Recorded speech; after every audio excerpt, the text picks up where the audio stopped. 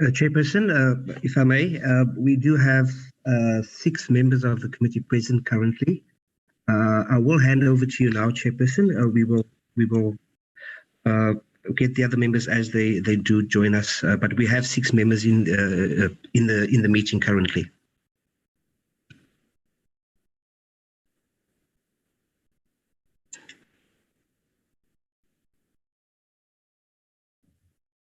All right. No, I think let's start, Mr.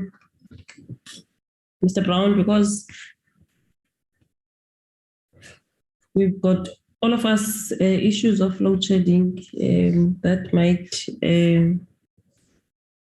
hamper our work. But nonetheless, good morning to everybody and welcome to our first meeting after the elections, the local government elections, and which is probably the recording in progress. We are also in the last quarter, which is mainly to deal with the BRRR process. We are all, I think members are very tired. We are all tired, but the work needs to continue.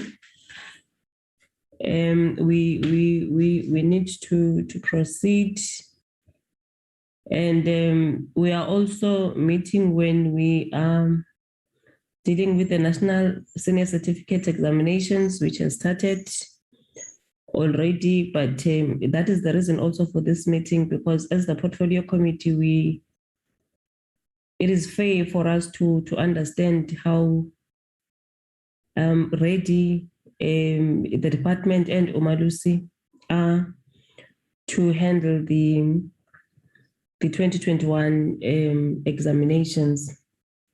So without really wasting any time, as I have welcomed everybody, Mr. Brown, can you just do a roll call for us? Thank you, Chairperson. For members of the Portfolio Committee, I have present yourself, Honorable Mbinko Gigaba. I have Honorable Siwela. I have Honorable Letsi. I have Honorable Nodada. I have Honorable Mashabela, Honorable Dr. Tembekwayo. Apologies for the committee, Honorable Morvatsetla, Honorable Sukers, and Honorable Sibisi. Chairperson, from the department side, I've received correspondence in respect of apologies for the minister, who is currently at the UNESCO General Conference. Similarly, I see Mr. Mwele is in the meeting, but there was an apology from him, but he did indicate that he will try and link up. Also, the Deputy Minister, Honorable Mahule, who was also in a cabinet meeting this morning, and in the afternoon she needs to be at a mayoral candidates interviews. Those are the apologies, Chairperson. Thank you.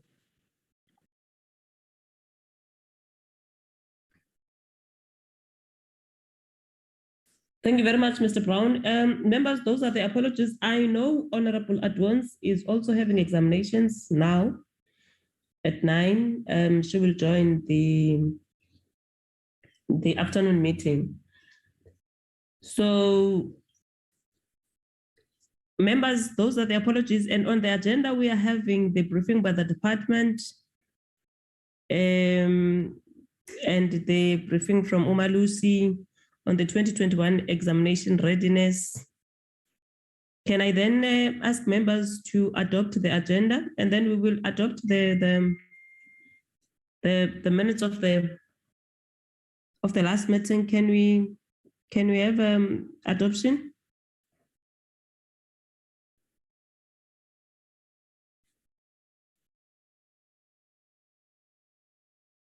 Any hands? Honorable Itzia. Thank you very much, Chairperson. Good morning, everybody. From the department, Malusi and honorable members. My name is Tebogo Itzia. I move for the adoption of the agenda as presented. Thank you. Thank you. Any seconder? Mr. Honorable Siwela?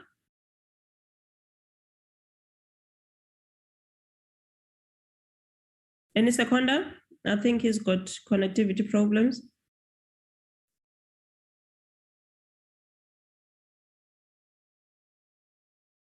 Yana ga iemand om te secondeer, mensen.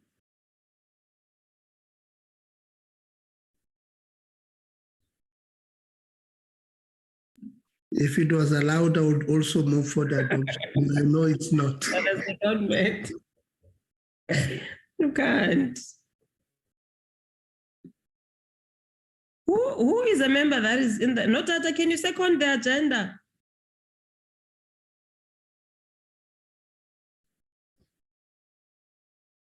Okay, I second the agenda. I second the agenda, Chair. Sorry. Yeah, man, please don't sleep. Don't sleep. I was muted. I was muted. Chair. Well, thank you very much, Honorable Nodada. Okay, so the minister and the DM are not in the meeting. So I'll probably, let's hear, DG, can we hear you from Paris?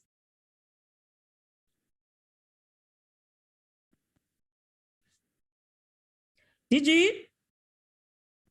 I know there is an acting DG, but we are just trying to check if we are able to get the voice from the DG in Paris. No?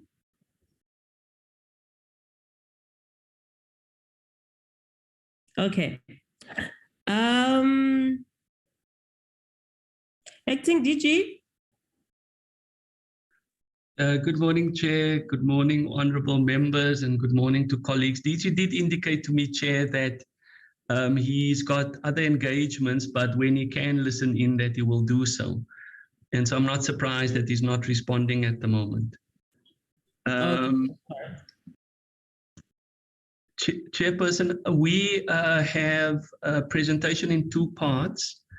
The first part deals with learner preparedness to sit for the exam. And the second part of the presentation focuses on the preparedness of the system to, to run the exams. And so I'm going to hand over to Dr. Polio, who's the acting DDG for curriculum, to perhaps do introductory remarks and then to lead us in terms of the presentation. Thank you, Chair. Dr. Polio. Thank you, Acting DG. Good morning to the Honorable Chairperson and good morning to Honorable members of the Portfolio Committee. Our presentation this morning, as indicated, focuses not only on just the readiness of the system to administer this very important and crucial examination, but we're also going to share with the Portfolio Committee the various initiatives adopted both by the national and provincial department in terms of making sure that our learners are ready to write this examination, which has been an awfully challenging year for learners, and particularly this group of learners who had to face the onslaught of the pandemic for the entire 2020, and their schooling was reduced significantly. And now in 2021, they still have the pandemic hanging over their heads. But I must say, Chairperson, that our provincial education departments, and particularly our schools, have pulled all stops to make sure that these learners are supported the best they can. And credit must be given to our school principals, our teachers who work extended hours, who work over weekends to make sure these learners are ready. All indications are that the syllabus has been completed, and that is a very encouraging indicator. And at the moment, we are writing economics, which started at 9 o'clock this morning. It is the 6th day of the examination, Honorable Chairperson, and I know it's still early days, but the exams are proceeding extremely well, and we are praying that all will go well during the rest of the examination. As indicated by Acting DG, Part A is on learner readiness, and that will be dealt with by Mrs. Cheryl Weston, who is the director responsible for curriculum implementation, curriculum monitoring, and support. And I will then come in and deal with the readiness of the examination system to administer the 2021 NSC examination. Thank you very much, Honorable Chairperson.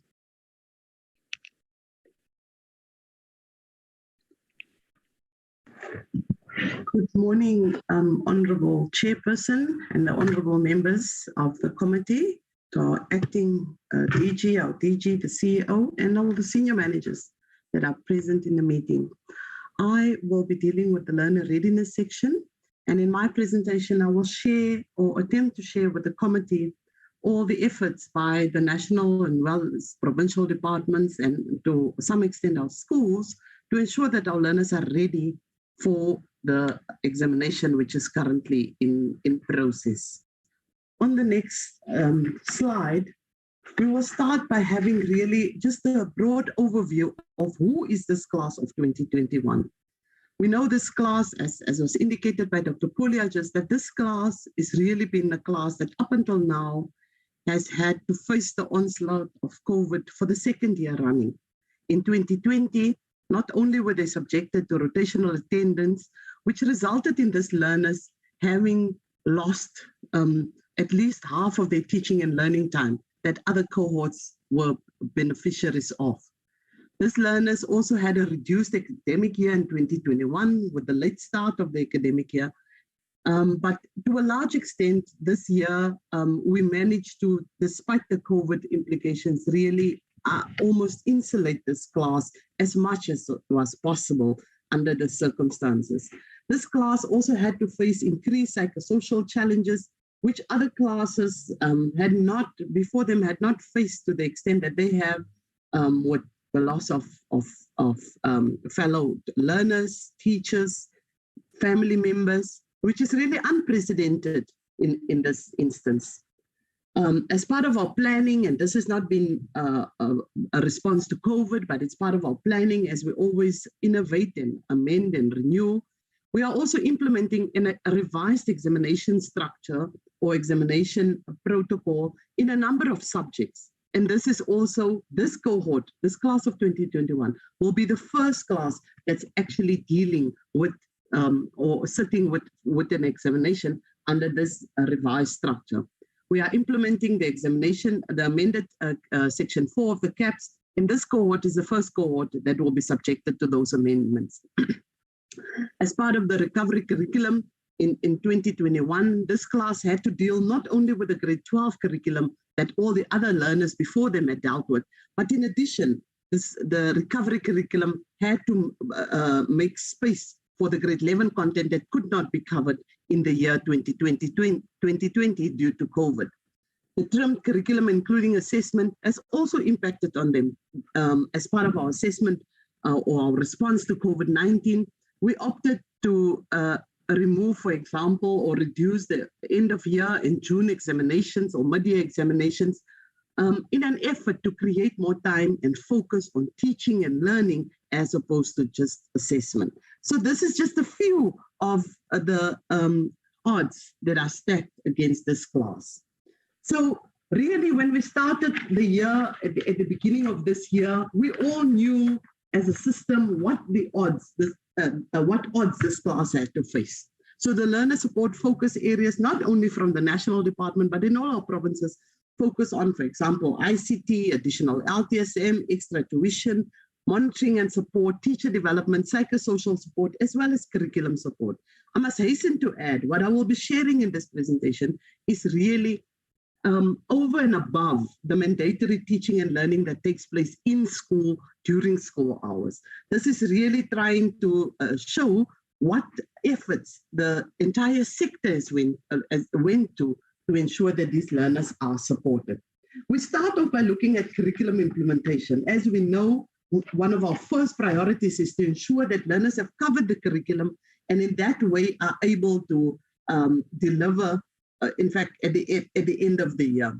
As part of that process, we embark on a rigorous monitoring process led by our DG. And in this next couple of slides that you'll see, we are showing you the monitoring that was done during the autumn period or the autumn vacation period by our DG, visiting all these schools and centers across the provinces with the explicit aim of motivating our teachers, our learners, and to provide them really visible support as they prepare for the end of year examination. This is only but one of the support classes that we are showing you. Also, there was our winter support classes as well as spring support classes where the DG has led the DBE team as part of our monitoring process. In the next slide, as I've mentioned, our focus largely this year has to a large extent had to focus on ensuring that learners cover the curriculum. So we did not only rely on self-reporting by provinces and districts and schools, but we actually monitored using various modalities. This slide is showing you the findings, just the summary of findings of an in-person monitoring that was done at the end of term 2 to determine the progress that schools are making towards covering the curriculum of these grade 12 learners. And we found that at that stage, this is, like I said, this is at the end of term 2, there was significant curriculum coverage already. Teachers and schools have created additional time by extending either the school day or by offering classes on Saturdays and Sundays in order to ensure that they cover the entire curriculum, keeping in mind there were content and concepts from grade 11 that had to be part of our recovery curriculum, which these learners are now being subjected to. We found evidence of intense support at school level at various for various learners, be it drawn on the different categories of learners. We also found that in addition to the huge or large-scale vacation schools that are offered, schools even included their own smaller vacation schools to ensure that they focus on supporting learners through offering additional classes. However, we did find at that stage a concern for us, or one of the findings was that the evidence of learning was lagging behind the teaching evidence that we found. So clearly we could see at that stage, there's still a lot to be done to ensure our learners are ready for the curriculum. At the end of August, we concluded a survey that we ran. And this survey was particularly aimed at, well, it covered the entire sector, but what I'm showing you here is only the findings of the survey ran with grade 12 teachers. And we had particular questions, and part of the survey was to monitor what is the progress in terms of curriculum coverage and how teachers are actually implementing and coping with the recovery curriculum. At that stage, we found that, as is indicated on the slide, that 61% of our teachers indicate they are teaching more than 4 hours per week per subject, keeping in mind our norm time in most subjects is 4 hours, with the exception of languages and mathematics and mathematical literacy, which is 4.5 hours. And this is a clear indication how teachers at school have created additional time to ensure that they are able to prepare learners for the examination. On the next slide, we also requested teachers to indicate to us to what extent were they able to cover the curriculum. Now, understanding that our curriculum largely focuses on a 10-week term, and indications are the majority of teachers at that stage could indicate to us they had completely covered the term 1 curriculum as well as the term 2 curriculum. If one keeps in mind, the survey was ran in the month of August, which is in term 3. So we had clear indications at that stage that the majority of schools are on track towards curriculum coverage and ensuring learners are ready for this NSE examination. We also asked teachers to project whether they would be able to complete the curriculum should the prevailing conditions continue. And we found an overwhelming majority, 88% in fact, were indicating to us at that stage that yes, they would be able to cover the curriculum. However, there was a 12% that still indicated to us if conditions at their school continue the way it is, they would not be able to cover the curriculum. And many of them indicated the percentage that they would be able to cover at that stage would be around 75, between 75 to 90%. This was a clear sign to the sector to further target and intensify our support to the learners.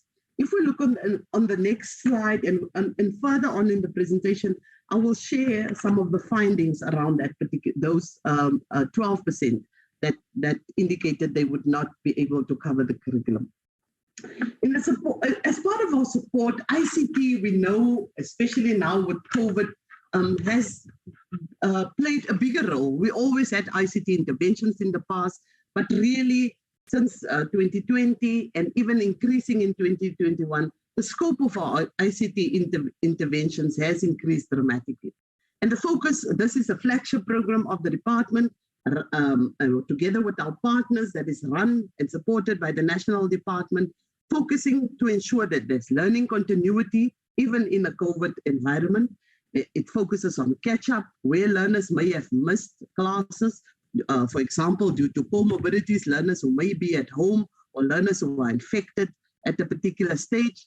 It also includes exam preparation, which is the current process that we are going on, that we are currently implementing. And then a large percentage, and this is also a new pillar that was really expanded in 2021, focus on care and support for our learners, because we understand the impact of COVID is not really just, on the learning or on the teaching time that the schools had, but really the psychosocial aspect of our learners needs further intervention. I just wanted to highlight on the slide that the Hosa Matrix program, which was started last year, focused largely on the grade 12s. However, we do have a parallel program, our Pillar program, that focuses on grades below grade 12, R211, to ensure that we start the support program at a much lower basis, and not only in grade 12. On the next slide, one would clearly see that the Hosa Matrix focuses on 10 high enrollment subjects. These subjects are broadcast on various channels. We share the schedules, and it's distributed on the channels, but also to learners directly. We have our Matric Life app in support that works in tandem with that, with the 16 subjects that allows learners, provide them with resources, and also allow them the opportunity to practice, to be exposed to exam type questions, and for them to be able to practice as part of their revision programs. We also, our online support is also available on the DBE cloud, and there's a WhatsApp support group or line that allows learners to ask questions to the presenters and our teachers in order for them to better understand the content that they are dealing with. We also have a large-scale radio broadcast program, not only in national programs, but national radio stations, but also in our regional and community radio stations. Our To Enable app also provides further content as part of the whole package of Hosa Matrix. So we can see the Hosa Matrix program is really not a one size fits all, but it really offers support on diverse platforms, both online and offline, because we understand also the limitations of online resources in our current environment. As part of our care and support pillar, we have partnered with Love Life and with the SADC, where learners can call in and receive psychosocial support beyond the classroom on a continuous basis. At this stage, our Matric Support Program, as indicated on the next slide, really highlights that what we focus on now as learners, as the examination has already started, every day that these broadcasts are, or these lessons are broadcast on television, the focus is in getting learners exam ready, working through question papers with learners, answering questions, making sure that learners are actually walked to the examination room. And this is done on a daily basis, especially when our big or high enrollment subjects and papers are being written the day before. There's always focus on the subject that's being written on the next day. They also provide learners how to manage exam stress and how to and provide them with tips to prepare for the examination.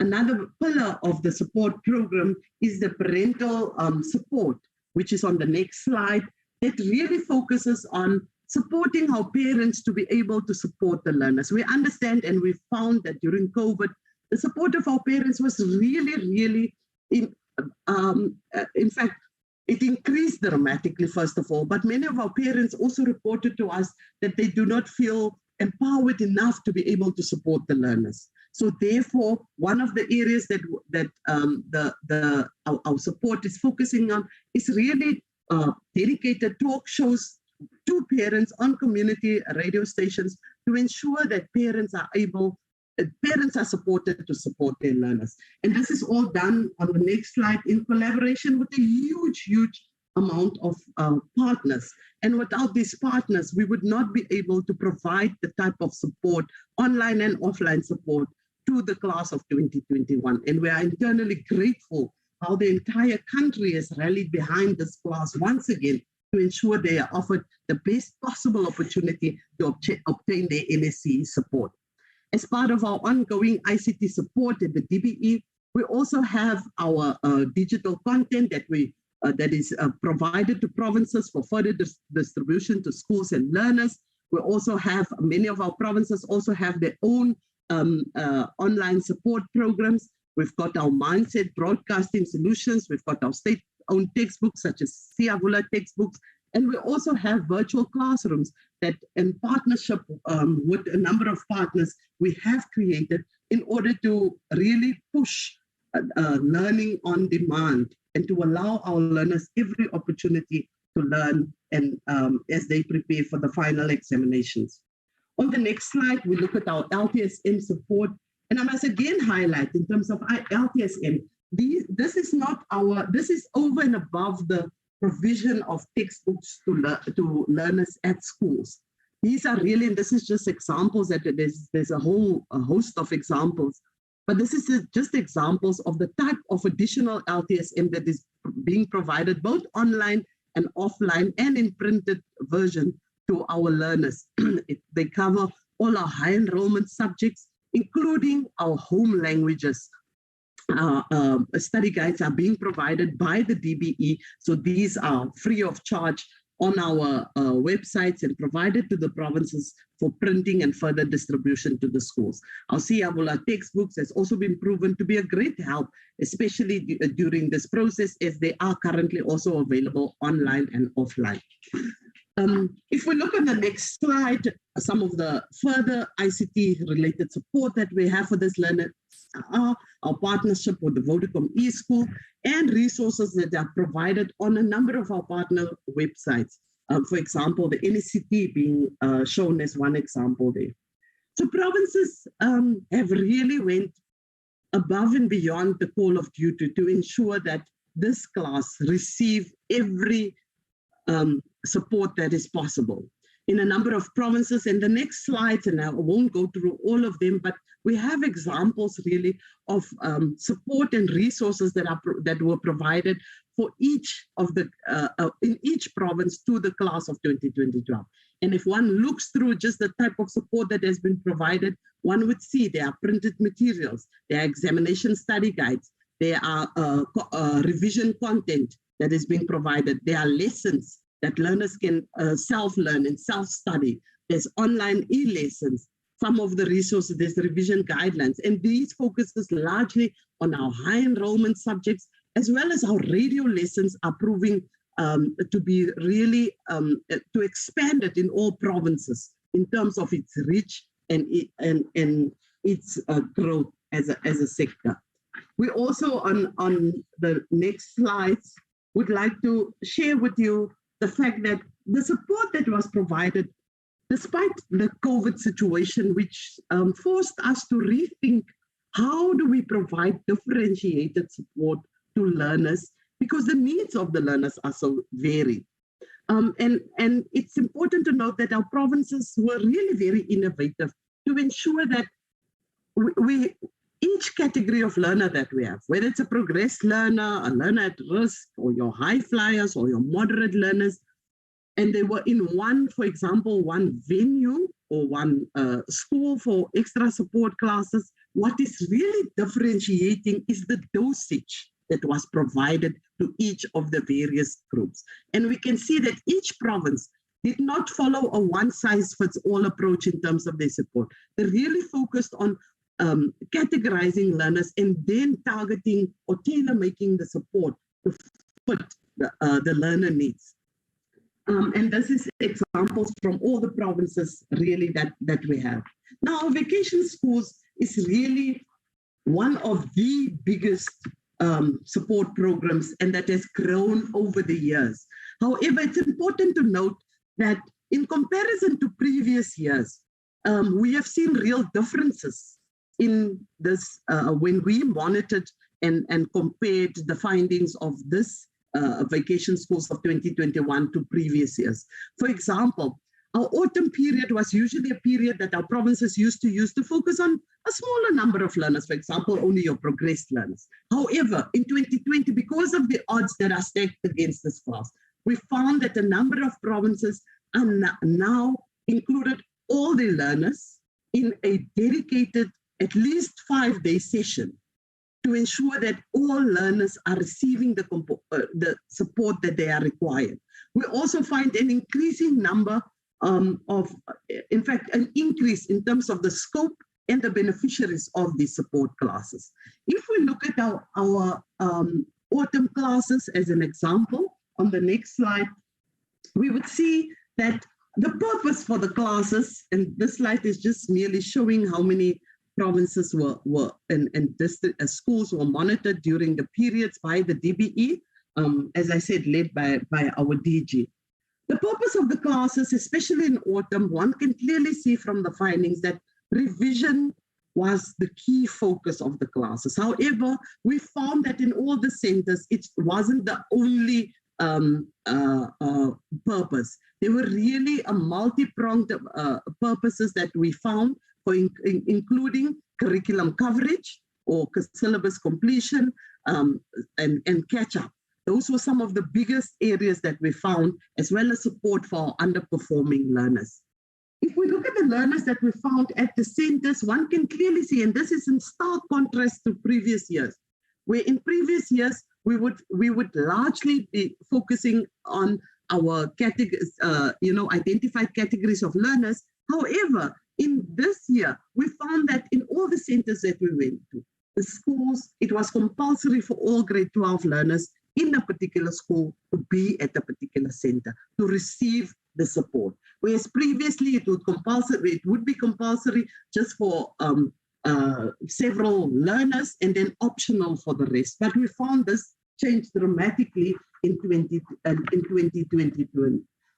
The duration of our autumn classes also clearly indicate that whilst the vacation period was 5 days, in the majority of centers that we monitored, the entire 5 days was used up. So learners attended school for 5 days, our class of 2021, and one can see based on the total number of hours that they actually had a full school day.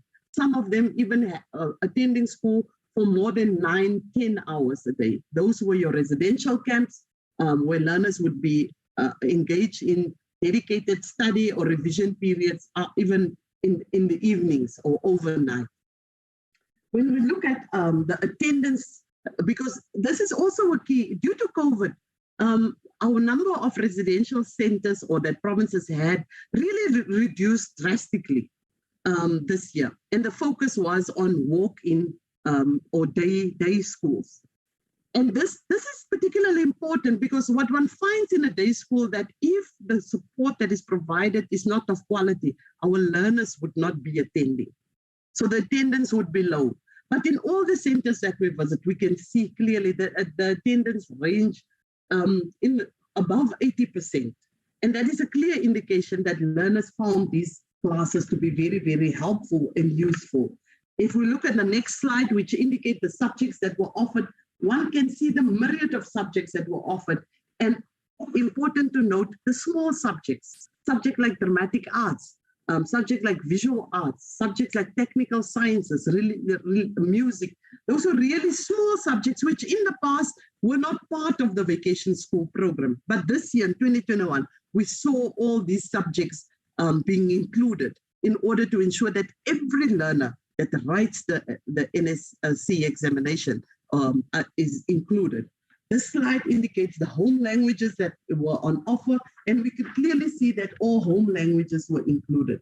When we come to our winter school monitoring on the next slide, we see the same pattern prevailing, that large majority of the focus was on revision. However, there was still catch-up that was important. For example, if a teacher or learners have missed a particular class or week of school, that was included as part of the program.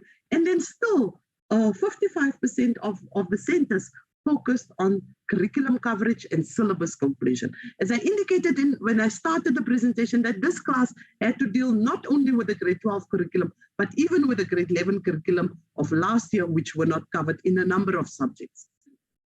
And the participants that we found, once again, that in 93% of the centers, we found that all grade 12 learners from the school attended these classes. So it wasn't optional, it wasn't just a select few, or it wasn't just identified learners, because this class, and I think the sector almost unanimously adopted an approach of no learner must be left behind. And it's clearly demonstrated in these findings. Even in this case, we can see that 37.8% of our schools offered at least for 5 days in the winter vacation period. But we found quite a large majority of our centers offering classes for more than 10 days during that period. So that is really showing how it was context specific, it was targeted, and it was based on the needs of that particular school and those learners in that school. We also found that the large majority of our schools offered classes for 8 hours a day. So learners were really subjected to intense support programs, as opposed to in the past when the majority would offer classes for approximately 4 to 5 hours. The number of subjects that were offered also increased dramatically. We can see in the majority of the centers, more than 10 subjects were offered at one go as part of the winter school program. When we consider the languages, and the next slide shows us the subjects that were offered, we once again see the same picture we saw emerging in the autumn classes, that there's really a focus on all subjects like agricultural management practice, civil technology. Your smaller subjects were also included as part of our supports program. When we look at the spring schools, now we see the picture beginning to change, that there was no center that we found from all the centers that we monitored that focused on curriculum coverage.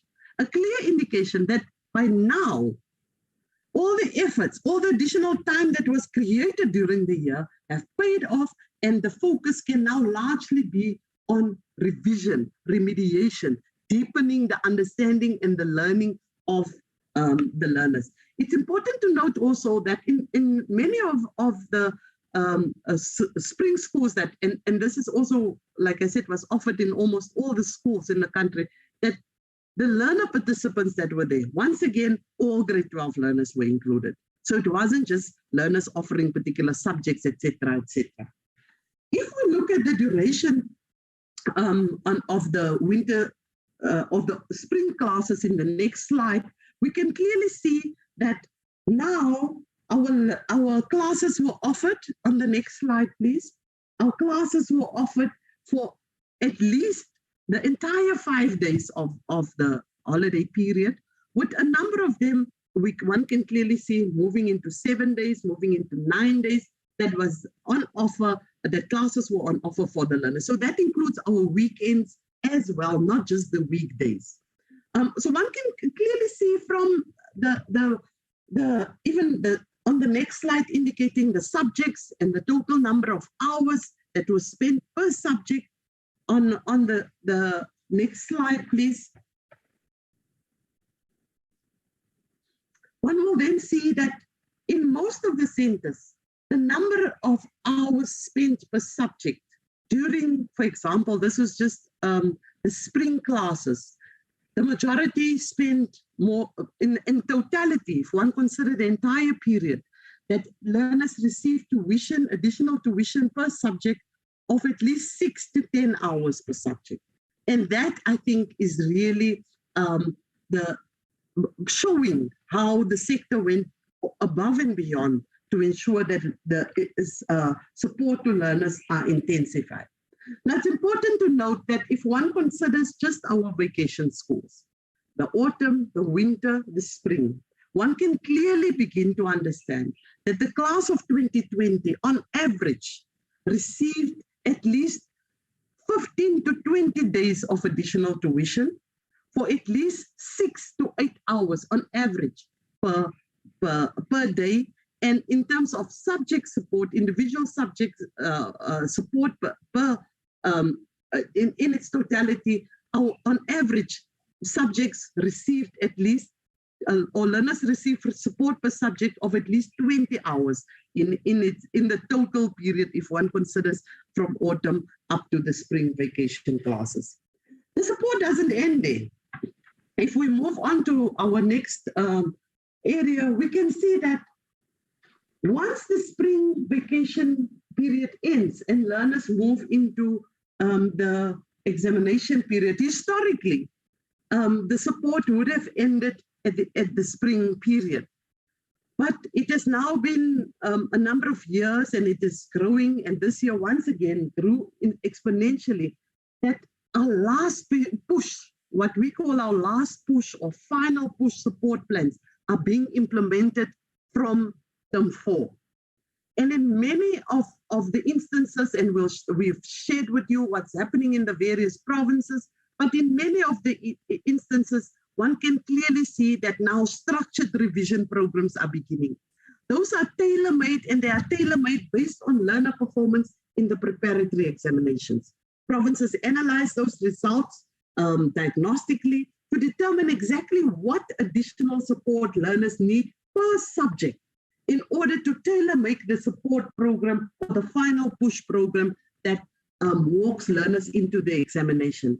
A number of provinces and schools even are also implementing what we call examination schools to really ensure that on a daily, even at this point, once the examination is starting, exam schools are being implemented that focuses on targeted revision to ensure that we walk learners per subject on a daily basis into each examination. Thank you, Chairperson. I will hand over to Dr. Pulia at this stage. Thank you, Doc. Thank you very much, Mrs. Weston. In my presentation, Honorable Chairperson, these are the areas that I will focus on. And one gets to realize that in the examination arena, there are continuous challenges that present themselves. And then one therefore needs a very versatile and adaptable system that can deal with the challenges that confront us. We have the examination scheduled from the 27th of October, the slight change to accommodate the municipal elections. And the examination will officially conclude on the 7th. And on the 8th of December, we have the rewrite of the CAT and Ict, which takes care of any problems that learners may have had during the writing of CAT and Ict.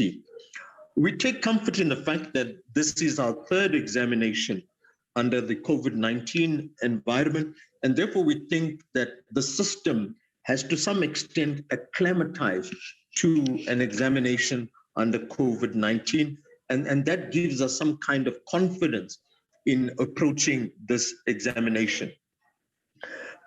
We continuously, as much as we work closely with our provincial departments, we continuously evaluate and monitor their readiness and the robustness and tenacity of their systems to be able to administer the examination.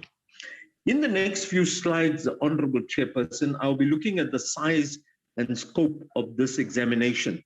Now, despite the fact that we've had increase in numbers, this exam is still not as huge as the million learners that we had in the 2020 exam.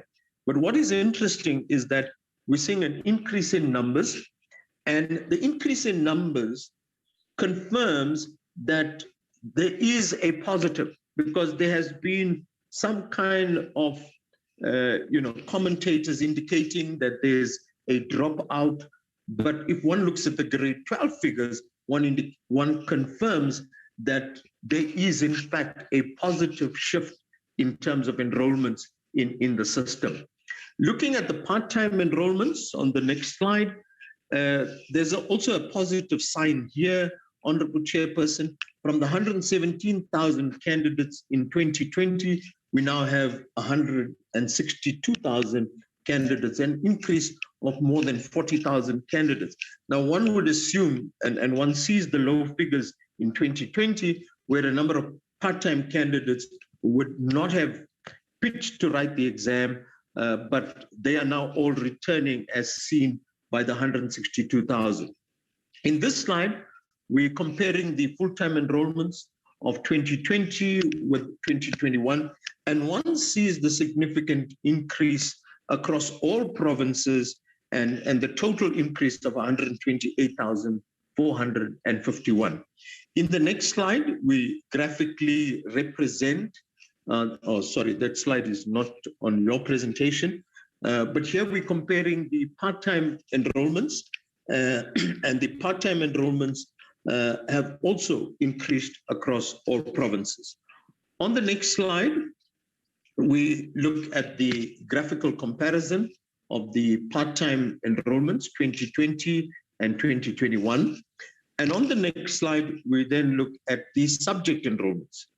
Now, it's also interesting to note that there's an increase in subject enrollments across all subjects, which is, again, a positive sign. On the next slide, we look at the progressed candidates. This is an area that we monitor very closely, and there's a slight drop from 70,000 to 60,000, and a drop in progressed candidates indicates that not many of our learners, well, understandably 60,000 is still a large number, but the decline confirms that not many of our learners are having to be moved from grade 11 into grade 12, but they are being promoted from grade 11 into grade 12.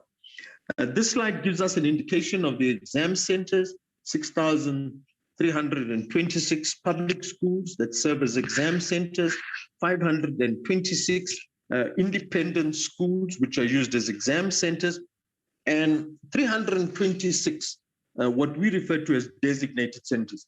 Designated centers, Honorable Chairperson, are established to take care of an overflow from a public school. But designated centers are also there to take over some of the examinations that should have been run by our independent schools, where we think that there is some shadow of doubt with regard to the credibility of exam at these centers. We then move those candidates to designated centers, and that's the 326. And our part-time candidates will be writing at 4,130 centers, and those could either be public schools or designated centers. On the next slide, we look at the registration data. Now, registration is possibly the most important aspect with regard to getting an examination to operate administratively, effectively, and efficiently. And therefore, we spend an inordinate amount of time verifying, confirming our registration statistics. All of this was concluded by August of this year. And we also look at classifying our centers. And centers are classified in terms of their risk profile into low, medium, and high. And later on, I'll indicate as to how we manage the monitoring, which is then commensurate with the risk profile of the center. I spoke about designated centers. Under Bullet E, these are some of the issues we picked up from our registration challenges of previous years, and we've strengthened that moving forward. Unregistered candidates, we're trying to make sure that all candidates must be registered. But unfortunately, if a candidate pitches up, we cannot turn candidates away. We admit them to write, but we clearly indicate to them that this writing will be finalized pending the investigation on whether they in fact submitted a registration form at some point or not. In the case of immigrant candidates, We're tightening up there as well to make sure only legitimate candidates are allowed to write the exam. Although I must say that we do not prevent undocumented learners from writing the exam. Here again, we allow them to write the exam if they were in the system, but again, we put them under some kind of pressure to make sure that they get their documentation in order. But the other issue with immigrant candidates is we have some of them that are on the border that still, even though they're referred to as immigrants, are able to offer both the South African languages. And we distinguish between immigrant candidates with a language concession and those without. Subject changes, the system allows for subject changes, but at a certain point, we have to cut off in terms of subject changes and make sure that they are in compliance with policies. We continue to make sure that our learners with special needs are granted the appropriate concessions and that these concessions are applied appropriately so that these learners are able to write under the most suitable conditions. Moving on to the next slide, which is about the writing. Printing, packing, storage, and distribution, an important area of the examination process, which we've monitored very closely this year, and everything has progressed as per plan. Each of the audit centers across the country is audited by both the province as well as the DBE, and we have a clear set of criteria. And Umalusi will attest to the fact that if a storage point does not comply with the criteria, they're not allowed to store question papers. In terms of the writing as well as the marking, this will be monitored very closely. And as I indicated, that those centers, exam centers that are regarded as high-risk centers will be monitored by what we refer to as a resident monitor, a monitor who's placed there permanently. But even our resident monitors are rotated so that they don't become too familiar with their environment. And in the case of our low-risk centers and medium-risk centers, we have what we refer to as roving monitors. We place a lot of focus on training of chief invigilators because there is a strict protocol to be followed. And in moving with the times, we've also moved to virtual training, but we've had both virtual as well as face-to-face training of chief invigilators and invigilators. As indicated, we had to adapt our examination system so that we are COVID-friendly, COVID-compliant. And I can indicate that every learner, whether the learner demonstrates symptoms that are COVID-19 related, or if the learner is tested positive, we insist with our schools, with our examination centers, that these learners must be allowed to write. And this is done under very, very strict conditions where learners write in isolation. And we also make sure that we obtain the consent of our educators when they invigilate. We make them fully aware. But obviously, there are clear procedures that we put in place which minimizes the risk to our invigilators.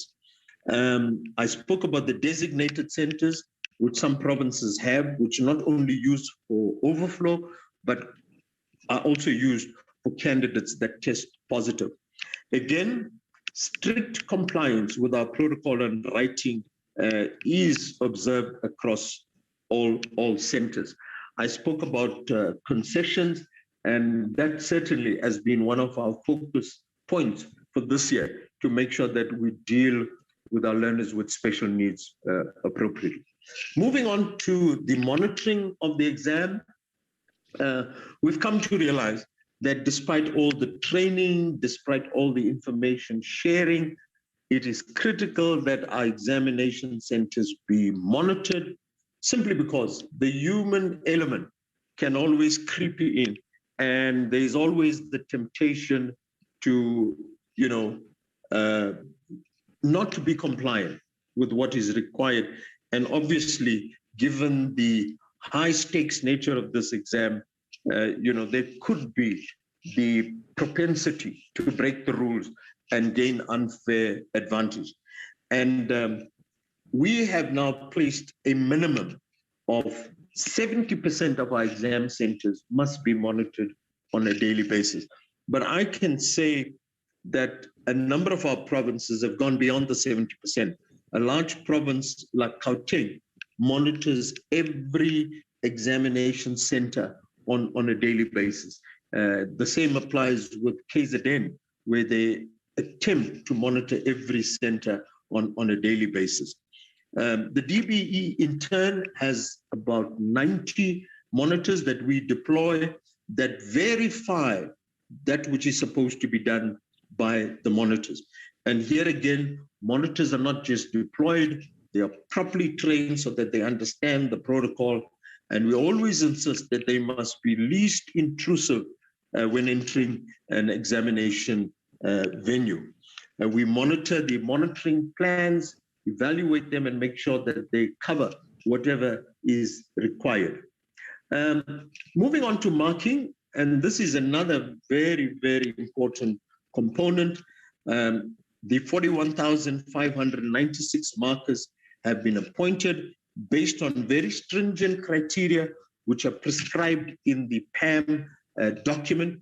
And we found that a number of our provinces go beyond the minimum PAM criteria.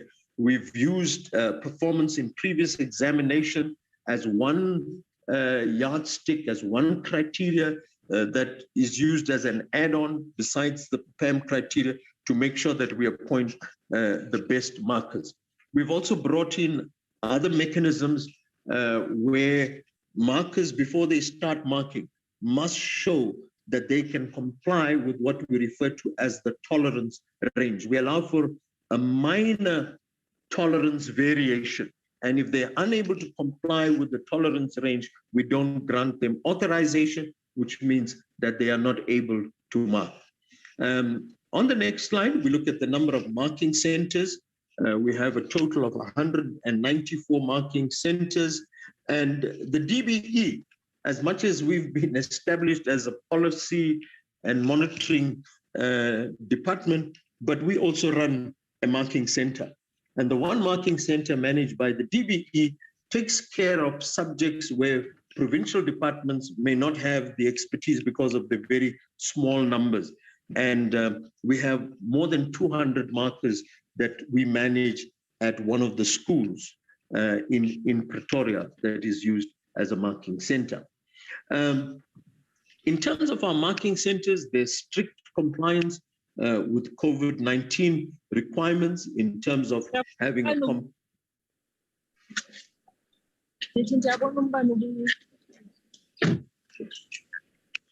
Okay, sorry, I will continue. That's the strict compliance, and we encourage our markers to vaccinate, but vaccination is not mandatory. I must also say that one of our provinces, Eastern Cape, manages to test all markers. It's the rapid test that they utilize, and this is being done in conjunction with the health department, and that seems to be working extremely well in the Eastern Cape. In terms of marking, coming from 2020, on the next slide, there were three issues that we were concerned about coming from last year, and that was the shortage of markers. We seem to have a shortage in some subjects as well, but I must say that the shortages are not alarming. They are shortages that we can accommodate, and the mechanism that we have to accommodate shortage of markers is to extend the marking period. That's the one option, and where we cannot appoint, we will then send scripts to another province and marked by another province. And but what our provinces have done is they went out on a second recruitment drive to recruit these markers without compromising the criteria. And they've done reasonably well, but we still have marker shortages, which will be accommodated by extending the marking day. We continue to look at improving the quality of marking. And like I indicated, the concept of the tolerance range, every question, and even in terms of the whole script, there's a tolerance range which does not exceed 2 to 3%. And a marker must show that he can mark within that tolerance range that is set. And this is monitored very strictly and closely by our moderators at the marking centers. We also have a very comprehensive training program. And training program is again conducted on what we refer to as dummy scripts. A dummy script is, in fact, a live script that has just been amended slightly. And what we do, part of the training, we photocopy the same script and give it to all our markers and ask them to mark now under strict marking conditions. And it's very interesting to see what the deviations are. But what is important with regard to the marking is that we give them a first dummy script, and you may find that the deviations will be significant. You then give them a second dummy script, and you find that the deviations narrow. And by the third or fourth, you find that all your markers seem to be marking within your tolerance range. And we found this to be a very, very significant training initiative to bring our markers to be in compliance with the marking guideline. Last year, we had a bit of a problem with our online registration system with regard to remarking. We've dealt with that to make sure that all remarking applications are attended to appropriately and at the right time. Moving on to school-based assessment. This is an area that we pay a lot of attention to, and Umalusi keeps a close eye on this particular component, given the fact that it constitutes 25%, a minimum of 25% to the final certificate. And therefore, we have moderation, which is done at school level, at district level, provincial level, DBE, and then Umalusi as the final arbiter of standards will come in. We had to adapt to COVID. So we now no more just look at face-to-face moderation. We now have virtual moderation modalities, and that seems to be working quite well, although I must say that there are some teething problems which we are dealing with.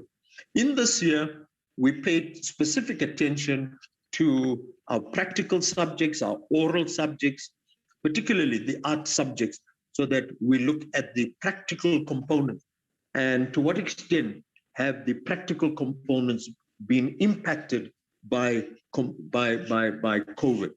And obviously there are areas of weakness, but we are dealing with this in conjunction with Umalusi.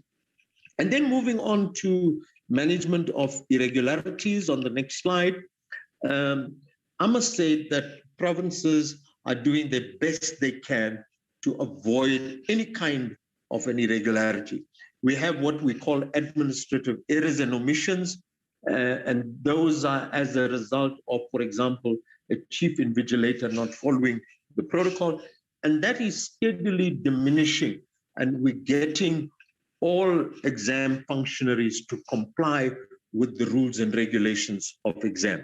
Obviously, the behavioral offenses and acts of dishonesty continue to occupy our attention, and we're doing the best we can. The electronic media certainly poses an immense challenge, and we have done what is possible. And on the next slide, we articulate what are some of the measures that we've put in place. Now, for the second time this year, we've got all parents to sign what we refer to as a commitment agreement. And we've strengthened the commitment agreement. Commitment agreement is a kind of a contract between the parent and the education department, as well as the learner and the education department. And we have a list of clear rules by which the parent and the learner commit to comply with. But what we've added this year and what we've stressed is that if a parent or a learner becomes aware of an irregularity, and whatever information that may be, that must be made available to the school principal. And if that is not reported, that then constitutes an irregularity. We have a 24/7 hotline available, and that is manned by our staff. And learners, parents are free to report on that hotline at any hour of the day. We've also introduced what we now refer to as an electronic devices register.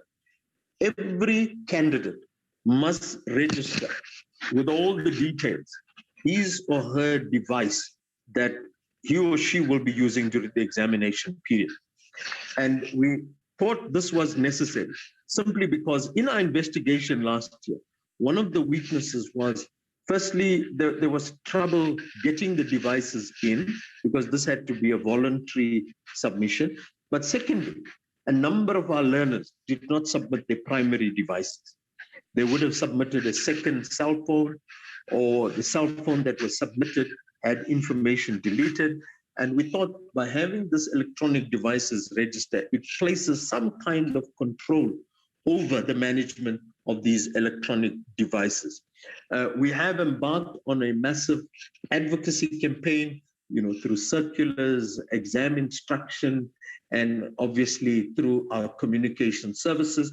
And we're hoping that all of this would have filtered through and that irregularities and more the serious ones will certainly decline and disappear completely.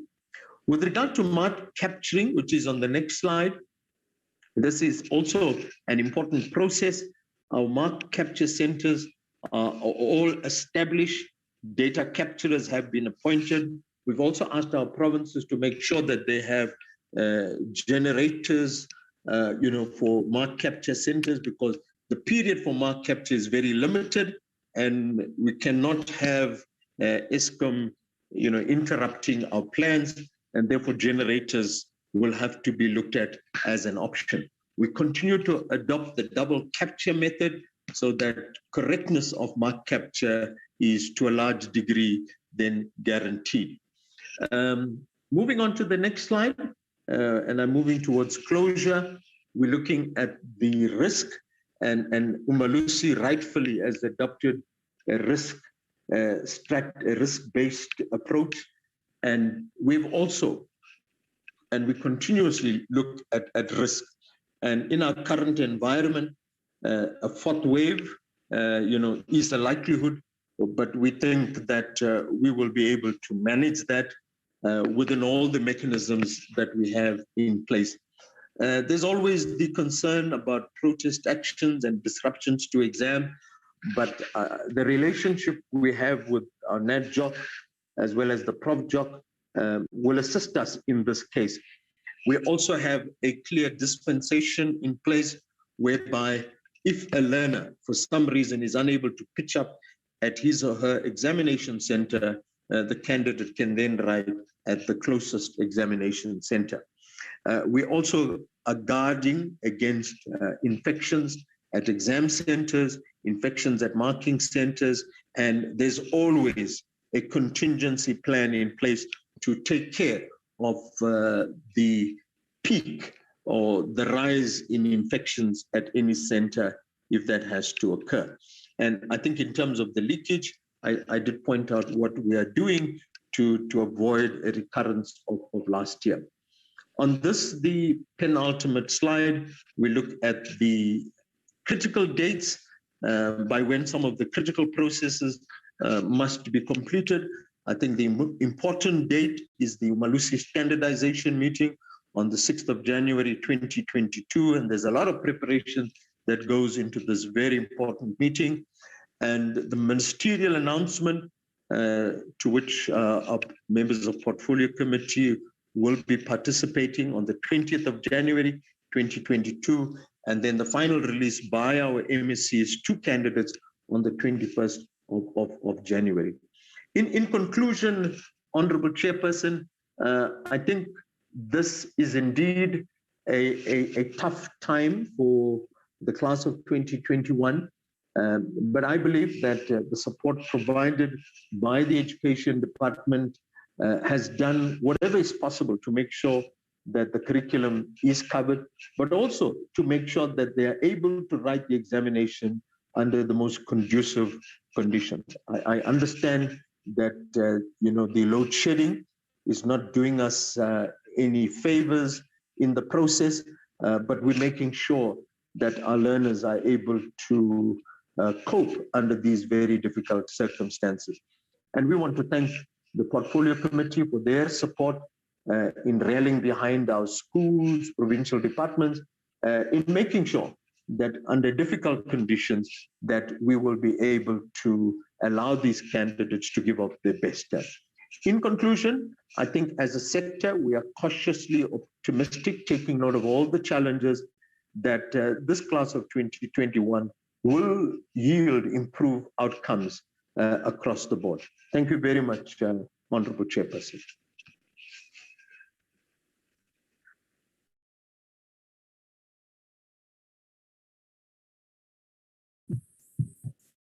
Thank you, Dr. Polia. Can we hand over to Umalusi to proceed as well? Yes, Honorable Chairperson. My name is John Volmink. I'm leading the delegation today.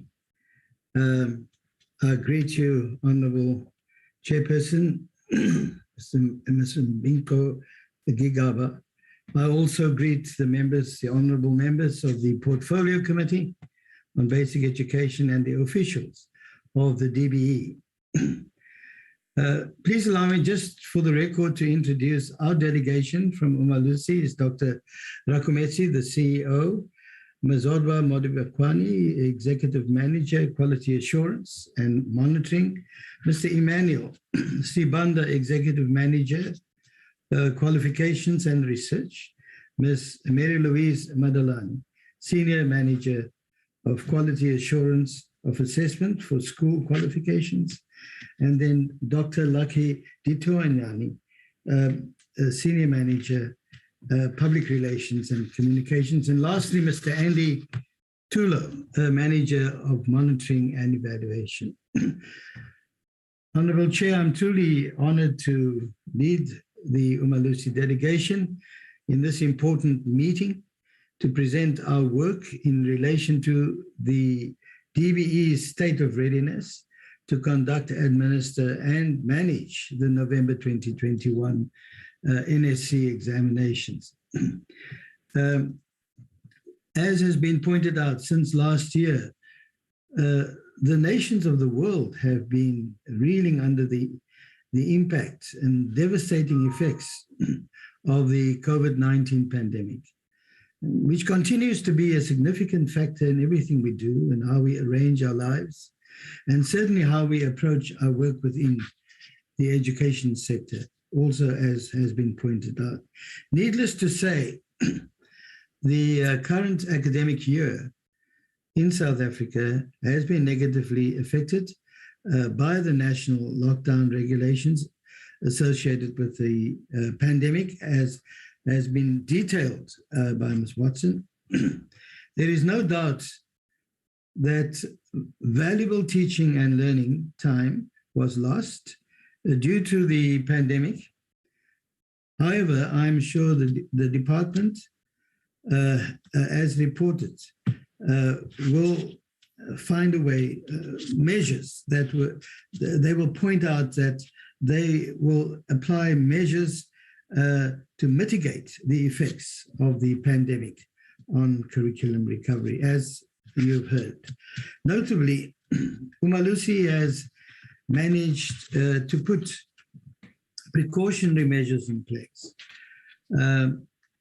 for effective monitoring of the examinations by ensuring that there is a strict adherence to health protocols relating to screening, social distancing, hand sanitizing, wearing of masks by staff and the monitors at all times when they go about their quality assurance processes. Once again, a successful audit and verification of the various assessment bodies, their level of preparedness has been done to conduct the November examinations. And Umalusi was able, after undertaking that exercise, to hold a media briefing on the 15th of October 2021 to inform the nation regarding the system's readiness to administer the 2021 national examinations. It is worth noting that the matric class of 2021 is the first one to have marine sciences as a subject of choice. Marine sciences was introduced in grade 10 in 2019.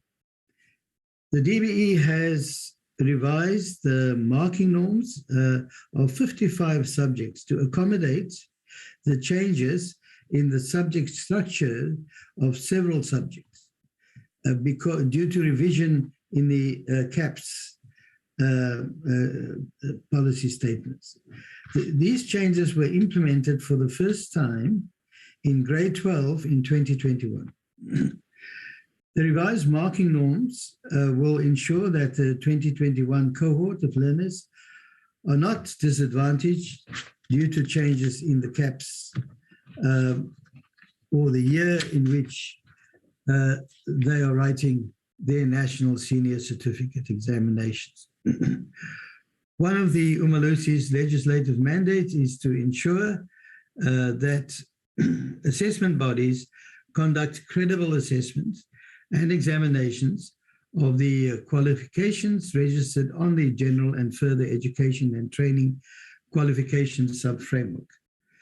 And on an annual basis, before the assessment bodies can conduct the final examinations, Umalusi monitors the state of readiness of all the assessment bodies to examine these qualifications. And so again, in 2021, Umalusi implemented a risk management-based approach, which enables us to anticipate risks so that we can manage them timeously. As pointed out earlier, you will hear from our presentation, we have monitored the DBE state of readiness to conduct and administer and manage the NSC examinations.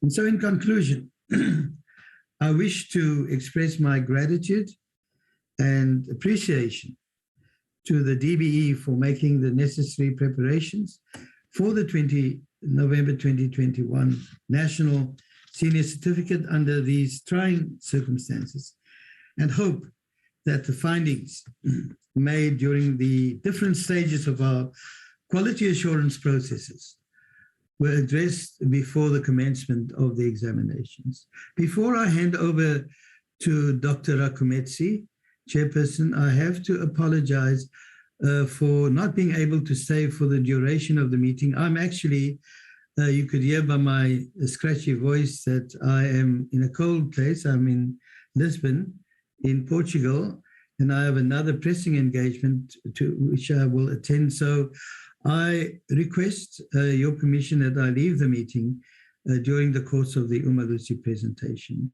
I wish to thank you in advance for this consideration, and we look forward to a fruitful engagement. Thank you.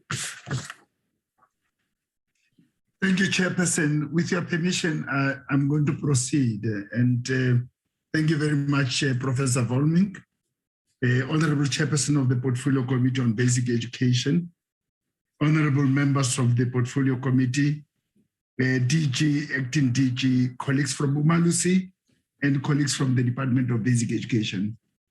One omission from the side of Professor Volmink is that during his visit in Portugal, which is going on, he's had the opportunity of meeting the Minister of Education in that country and the DG of Education in Portugal, which is very good for our system that we have such interactions at such high level.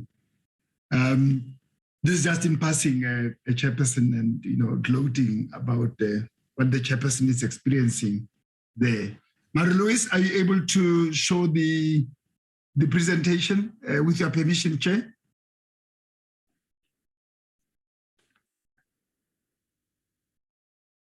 Marie-Louise, can you hear me?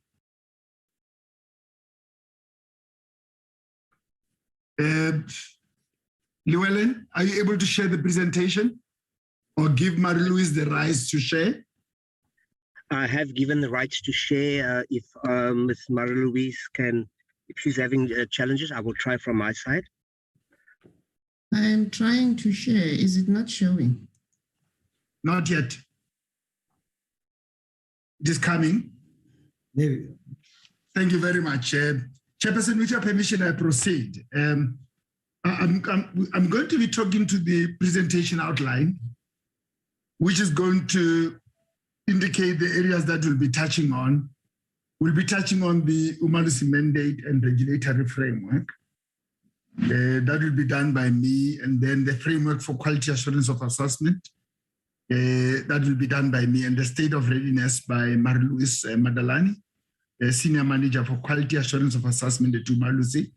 And she'll also be dealing with the findings of the state of readiness of the Department of Basic Education to conduct, administer, and manage the 2021 National Senior Certificate Examinations. And then I'll conclude, Chairperson, with your permission. I'm going to look, like I said, at the Umalusi mandate and regulatory framework. We derive our mandate from the National Qualifications Framework Act 67 of 2008. And the Act says Umalusi must develop and implement policy and criteria for assessment for the qualifications on its sub-framework. With regard to quality assurance within its sub-framework, do the following: develop and implement policy for quality assurance, ensure the integrity and credibility of quality assurance, and ensure that quality assurance, as is necessary for the sub-framework, is undertaken. And another piece of legislation, which is actually the founding act of Umalusi, the General and Further Education and Training Quality Assurance Act, as amended in 2008, specifically Section 17A, says the Council must perform the external moderation of assessment of all assessment bodies and educational institutions. The Council may adjust raw marks during the standardization process. We derive that mandate from our founding act.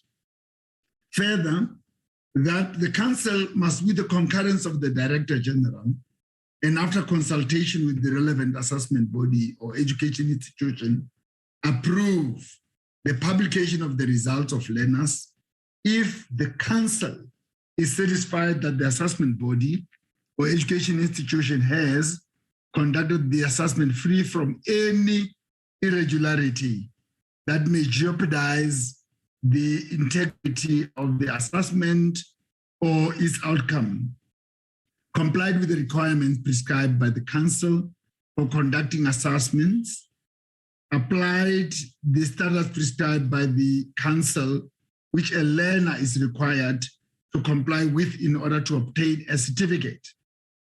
We are still in the previous slide, just last bullet, complied with every other condition determined by the Council.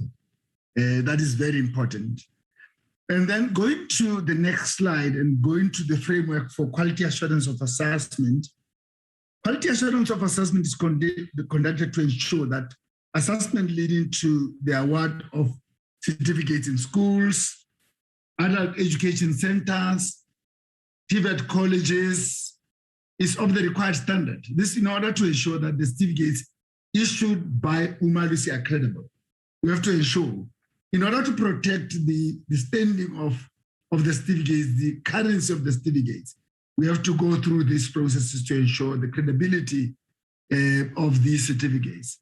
We achieve this through the following processes: moderation of examination question papers, practical assessment tasks and common assessment tasks in the case of life orientation, monitoring and moderation of school-based assessment, SBA, monitoring the state of readiness to conduct, administer and manage examinations, monitoring of the conduct, administration, management of assessment and examination processes, monitoring and moderation of marking, management of concessions and examinations irregularities.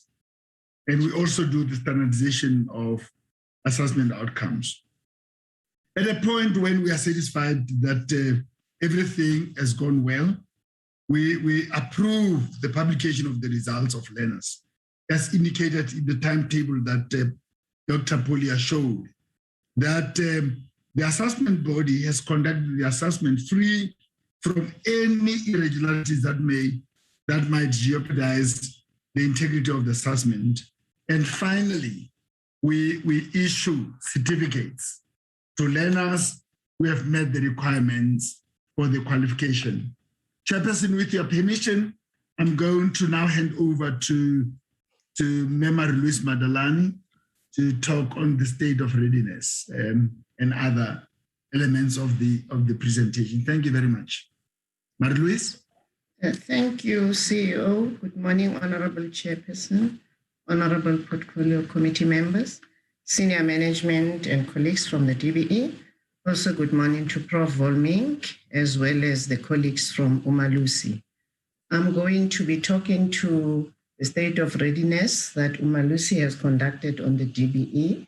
And my first slide here speaks to the approach, and Dr. Polia, as well as the CEO, also indicated that we adopted a risk management approach. And that risk management approach, the intention in making use of this strategy was for Umalusi to timelessly identify the areas with potential risk, which may likely compromise the delivery of credible examinations, and advise the assessment bodies accordingly. And we have done that during the month of October.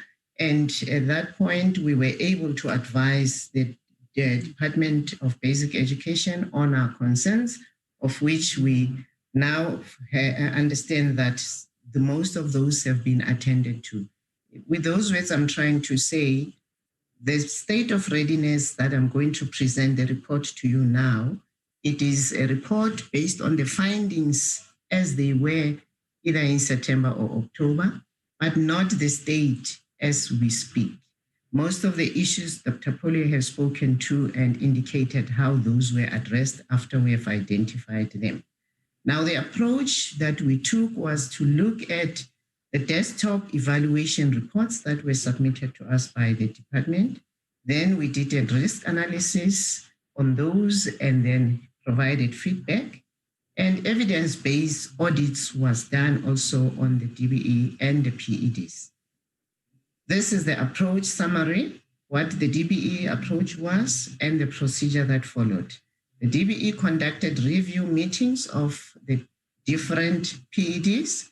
The review meetings were conducted remotely through an online platform, and Umalusi participated in those.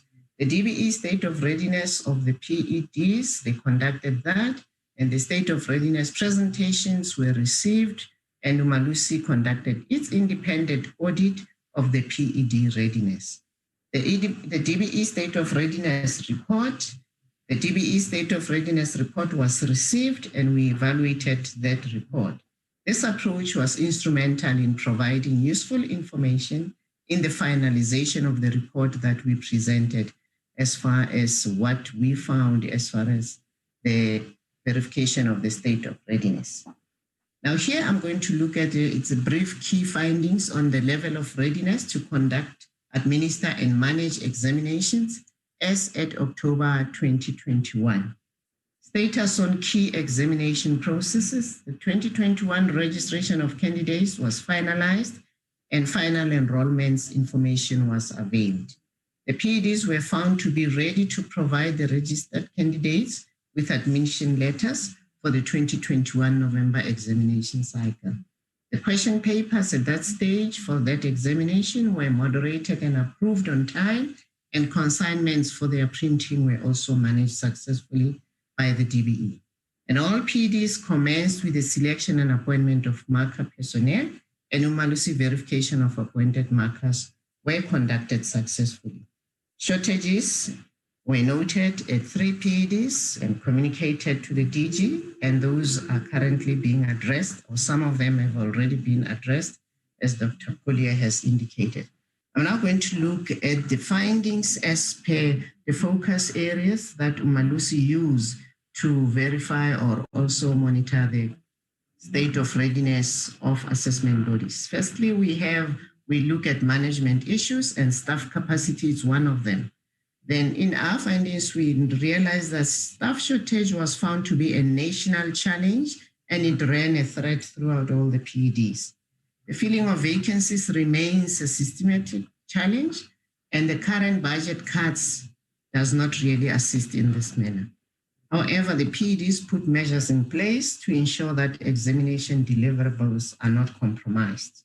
The DBE has since brought the challenge to the attention of authorities for intervention. The next item here is the registration of candidates. A significant shift was noted in the administration of registration and certification.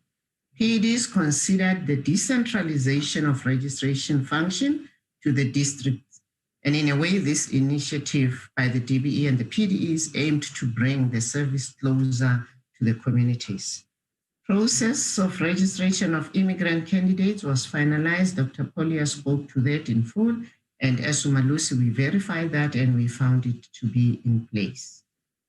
Registration of candidates, these are the figures of the full-time and part-time candidates that registered for this year. I'm not going to reiterate those. Dr. Polia spoke to them and also gave the specific issues as far as the number of full-time candidates, part-time candidates, compared the registrations for the year 2020 as compared to the year 2021.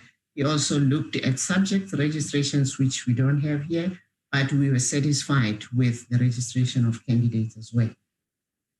Audit of exam centers was conducted across PEDs. The responsibility to conduct the audits was delegated to districts, and this process was complete at the time of our verification.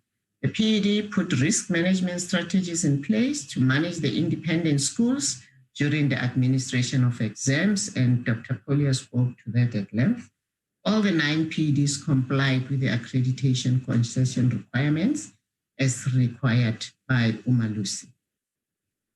Here we're speaking to number of established exam centers. These are the figures as received from the DBE that each PED has the number of public schools they have, number of part-time centers, designated centers, and number of independent centers. This was also spoken to at length, and as Umalusi, we confirm these figures. School-based assessment, the DBE and the PEDs have systems in place and management plans for the implementation of the SBA were ready. The DBE issued circulars, assessment instructions to PEDs, and these provided guidance on the approach and management of SBA marks. This was intended to standardize the procedures and approach the PEDs need to apply in dealing with moderation and processes for the SBA marks. Umalusi moderation of SBA was conducted in line with plans which were communicated to the DBE, PEDs, and moderation process was completed in October. For the printing, package distribution of question papers, and this is an area that we all are really concerned about. We're all looking forward that this year we should not have leakages. So measures had to be put in place to make sure that our question papers and all exam material are protected. For 2021, the DBE has put measures in place for the release and collection of question paper consignment prior to printing commencement. This requires the PED to conduct and put together a risk assessment, document and mitigating strategies for printing, packaging, storage, and distribution. The DBE national norms and standards on security and safekeeping of question papers regulate and determine the measures to be put in place for printing of the question papers.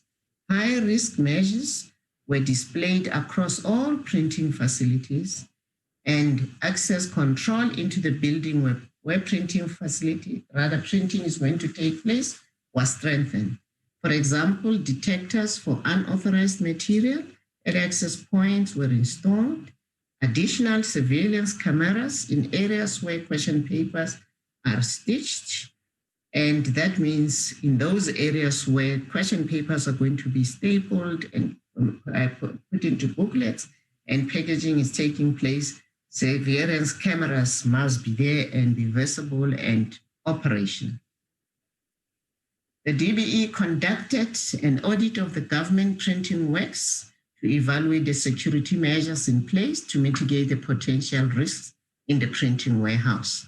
This was done in collaboration with the PEDs, which signed an SLA for the printing of their question papers with GPW.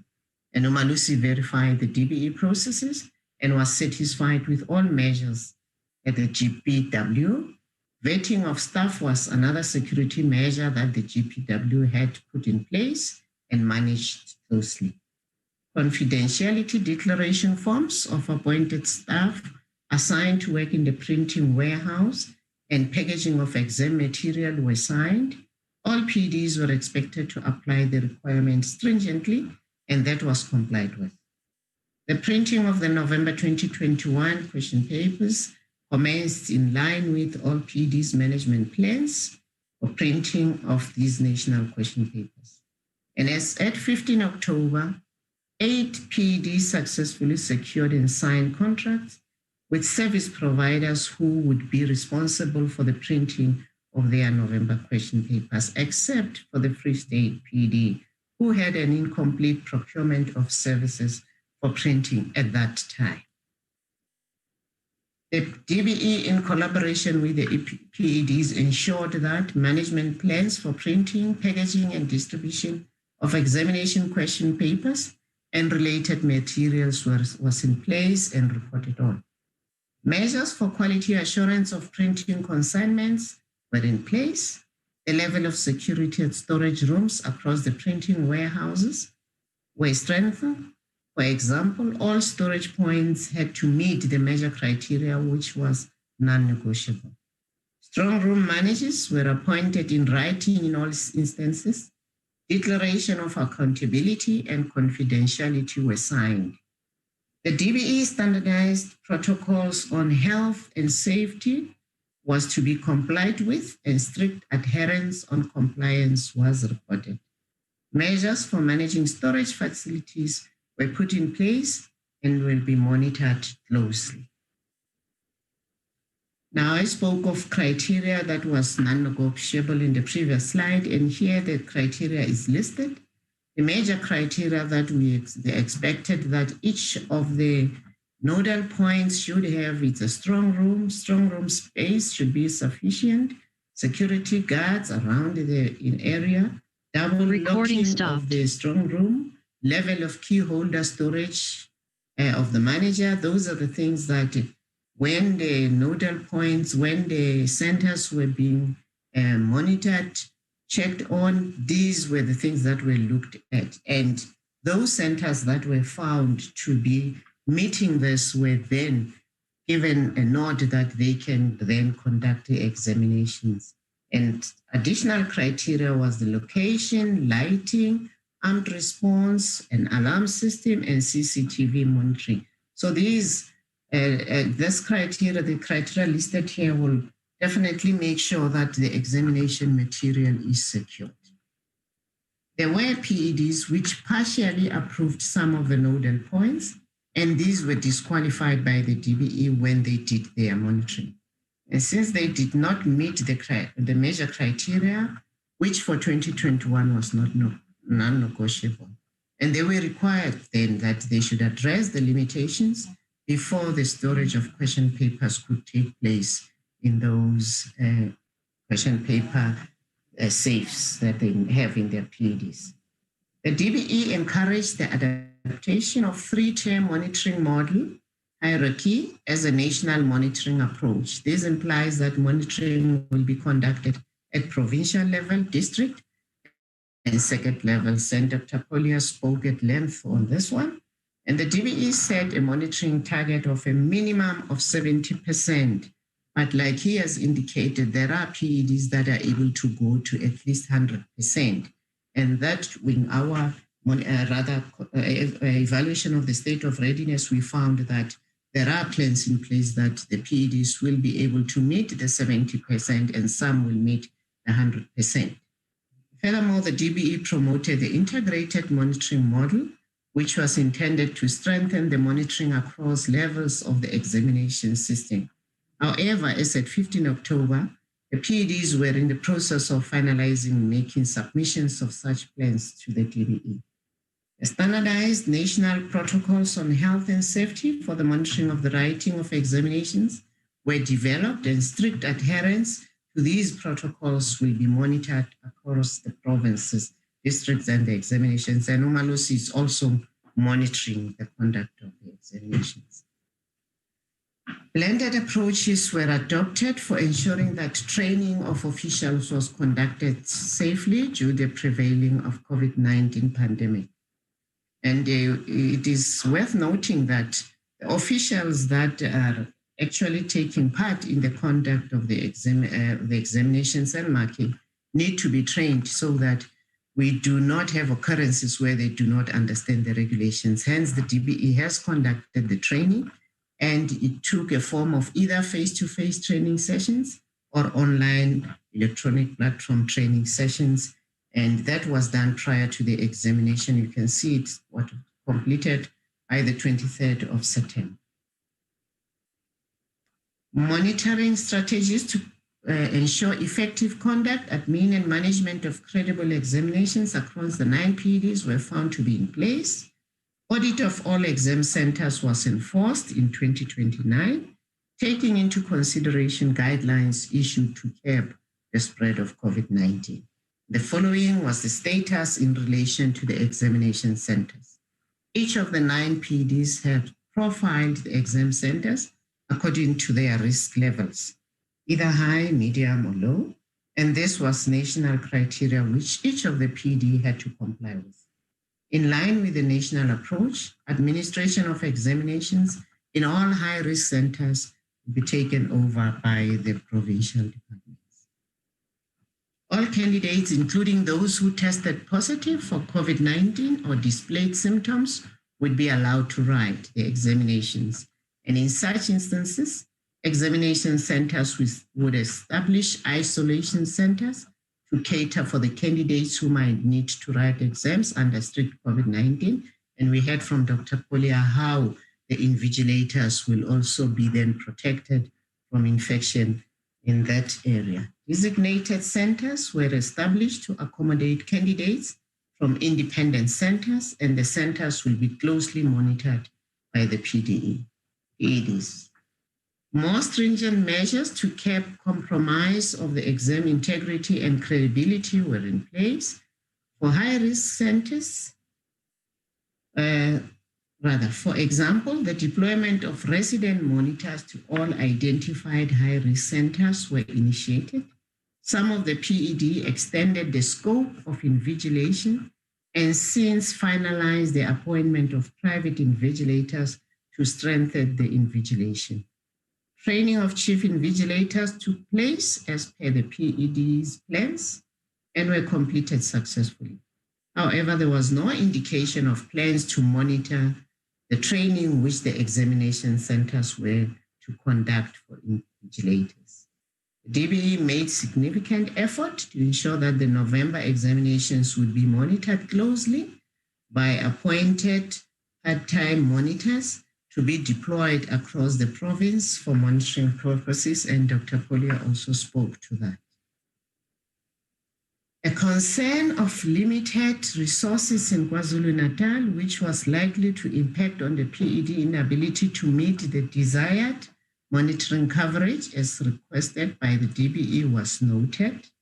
I have it here as 100%, but it was explained that the minimum is 70%. So I guess KwaZulu-Natal will meet the 70%, even though they won't reach 100%. In the Northwest, it was noted that the PED has limited transport. This was also likely to contribute to the PED failure to adequately cover the desired monitoring limit that is set by the DBE. Notably, the PED has limited safe vehicles to transport question papers across the districts in the province, and the PED was in the process of procuring lockable canopies for some of the vans to be used to transport the exam material. Again, I just want to reiterate the fact that this finding was as at 23rd September 2021, and probably the matter has been resolved as we speak. The DBE planned to issue protocol on the writing of examination and marking, which was to be implemented by all exam centers. Still then in this process, we're looking at marker selection and appointment of marking. The PED used personnel administrative measures known as PAM as a measure or an instrument for the selection and appointment of markers. Some PEDs strengthened their selection and appointment process by enhancing the minimum requirements, which is the PAM. Example, in the Western Cape, they included as one of its selection criteria the writing of the competency test and the candidate's pass rate of 60% in the previous year in the subject the marker has applied to mark. As at 23 September 2021, marker shortages were reported in Northwest, Western Cape, and the Northern Cape. As a result, these PEDs embarked on a second recruitment drive to address the shortages. Again, it was at 23 September 2021. The marking venues were secured and all PEDs increased the number of centers to accommodate the social distancing requirement. All PEDs manage plans to conduct the marking and related quality assurance processes are in place. Marking at designated marking centers would be conducted in line with the developed national protocol on marking. Here then we've got the number of established marking centers as per PED and appointed markers per PED. And we also have a comparison between the appointment as at in 2020 as well as in 2021. I'm not going to look at those figures. Dr. Polia also spoke to this. However, this one then gives us the findings per PED of the marker selection. Eastern Cape, as at 10 September, marker selection appointments were completed. There were no marker shortages at that time, or rather no marker shortages for the PED. The Free State, as at 7 September, marker selection took place in September and the appointments were in the stage of finalization then. And as at 29 October 2021, the process for appointment had since been completed. The Free State communicated to Malusi that they have completed their selection of markers. And the PED has since appointed adequate number of markers for marking of the examinations. For Limpopo, as at 9 September, marker selection and appointment of markers was also completed and they were able to source the number of markers that they were looking for. For Gauteng, as at 23 September, online selection of markers was conducted in August and marker selection and recommendation for appointments were completed in September for the Chief Director and Head of Department to approve, and the marker appointment letters were generated electronically and were issued to qualifying applicants. In KZN, as at 17 September, marker selection and appointment processes were completed on 11 June 2021, and Umalusi audit of markers was successfully undertaken and found no marker shortages at that time. On Mpumalanga, 15 September, marker selection and appointments were completed and there were no marker shortages noted for Mpumalanga. Northern Cape, 13 September, marker selection and appointment of markers were completed. However, there were shortages of markers in the following, that's history, paper 1 and 2, Afrikaans, home language, paper 1, paper 2 and 3, technical sciences, technical mathematics. To make up the shortage, the PED indicated they would be embarking on another round of recruitment to fill the shortages. Northwest, as at 20 September 2021, marker selection and appointment of markers were completed, first round, and that first round yielded the following shortages: Afrikaans home language, paper 1, 2, and 3, Afrikaans first additional, paper 1, 2, and 3, Afrikaans second additional, paper 1, 2, and 3, English home language, paper 1, 2, and 3, English additional, paper 3, and Setswana home language, paper 1, 2, and 3. But the Northwest Department also embarked on a second round of recruitment to address the shortages as noted there.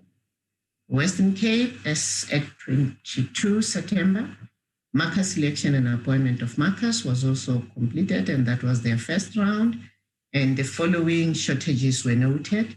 For the content subjects, it was History Paper 1 and 2, Business Studies Paper 2, Life Sciences Paper 1 and Paper 2, Mathematical Literacy Paper 1 and Paper 2, Language Question Papers, Afrikaans Home Language Paper 1 and Paper 2, Hosa Home Language Paper 1 and Paper 2.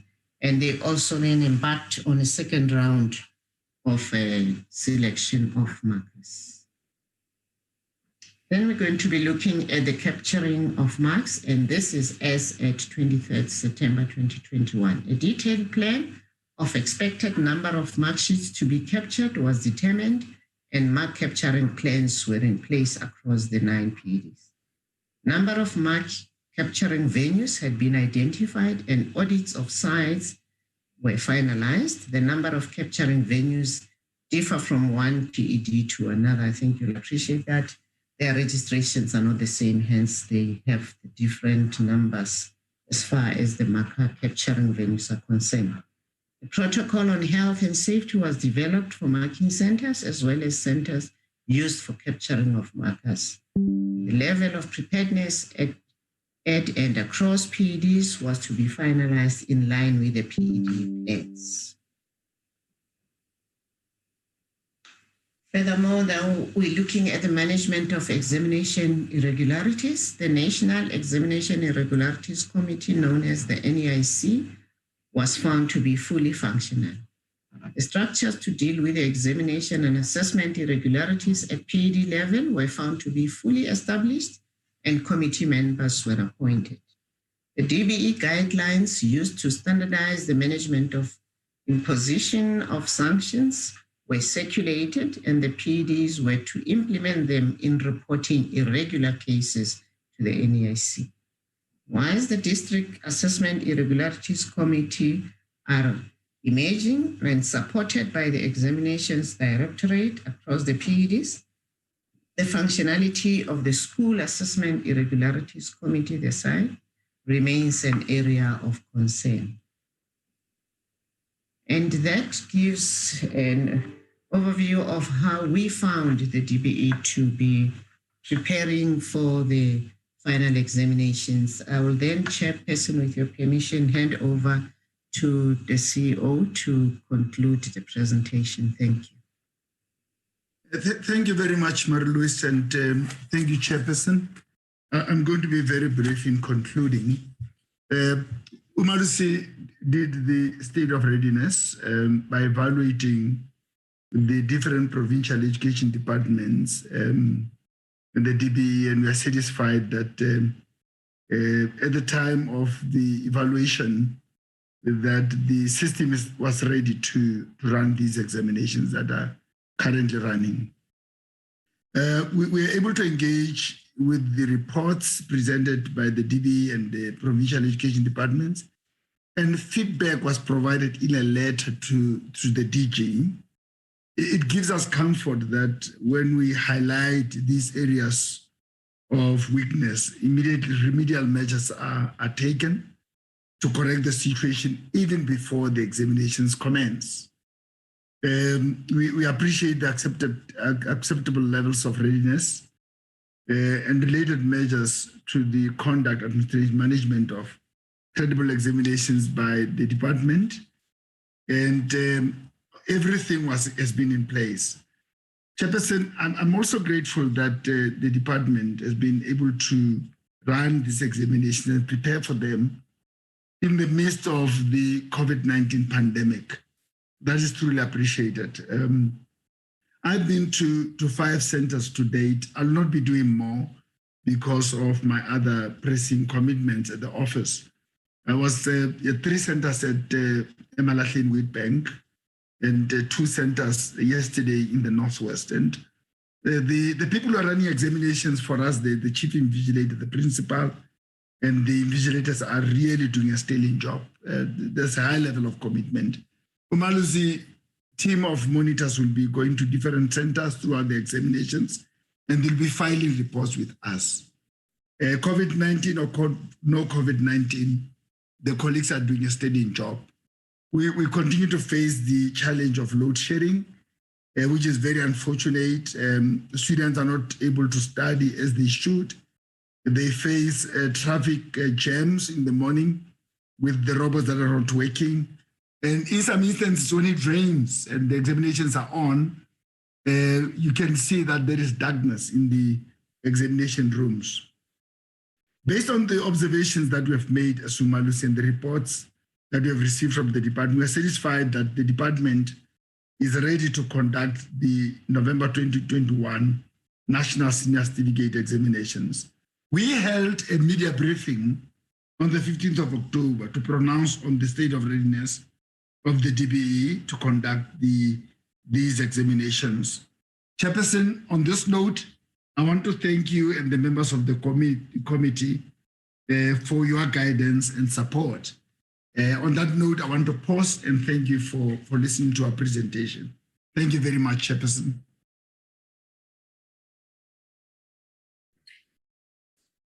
Thank you very much. From Umalusi, Professor Volmek, and yourself, CEO, Dr. Akometi. Honorable members, we've got about an hour now. I have noted the hand of Honorable Murwatsehla, Honorable van der Walt, Honorable Nodada, Honorable Tembekwayo, Honorable Litsia,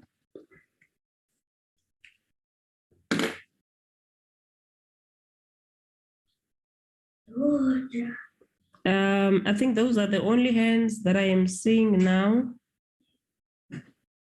unless there is a hand that I am missing.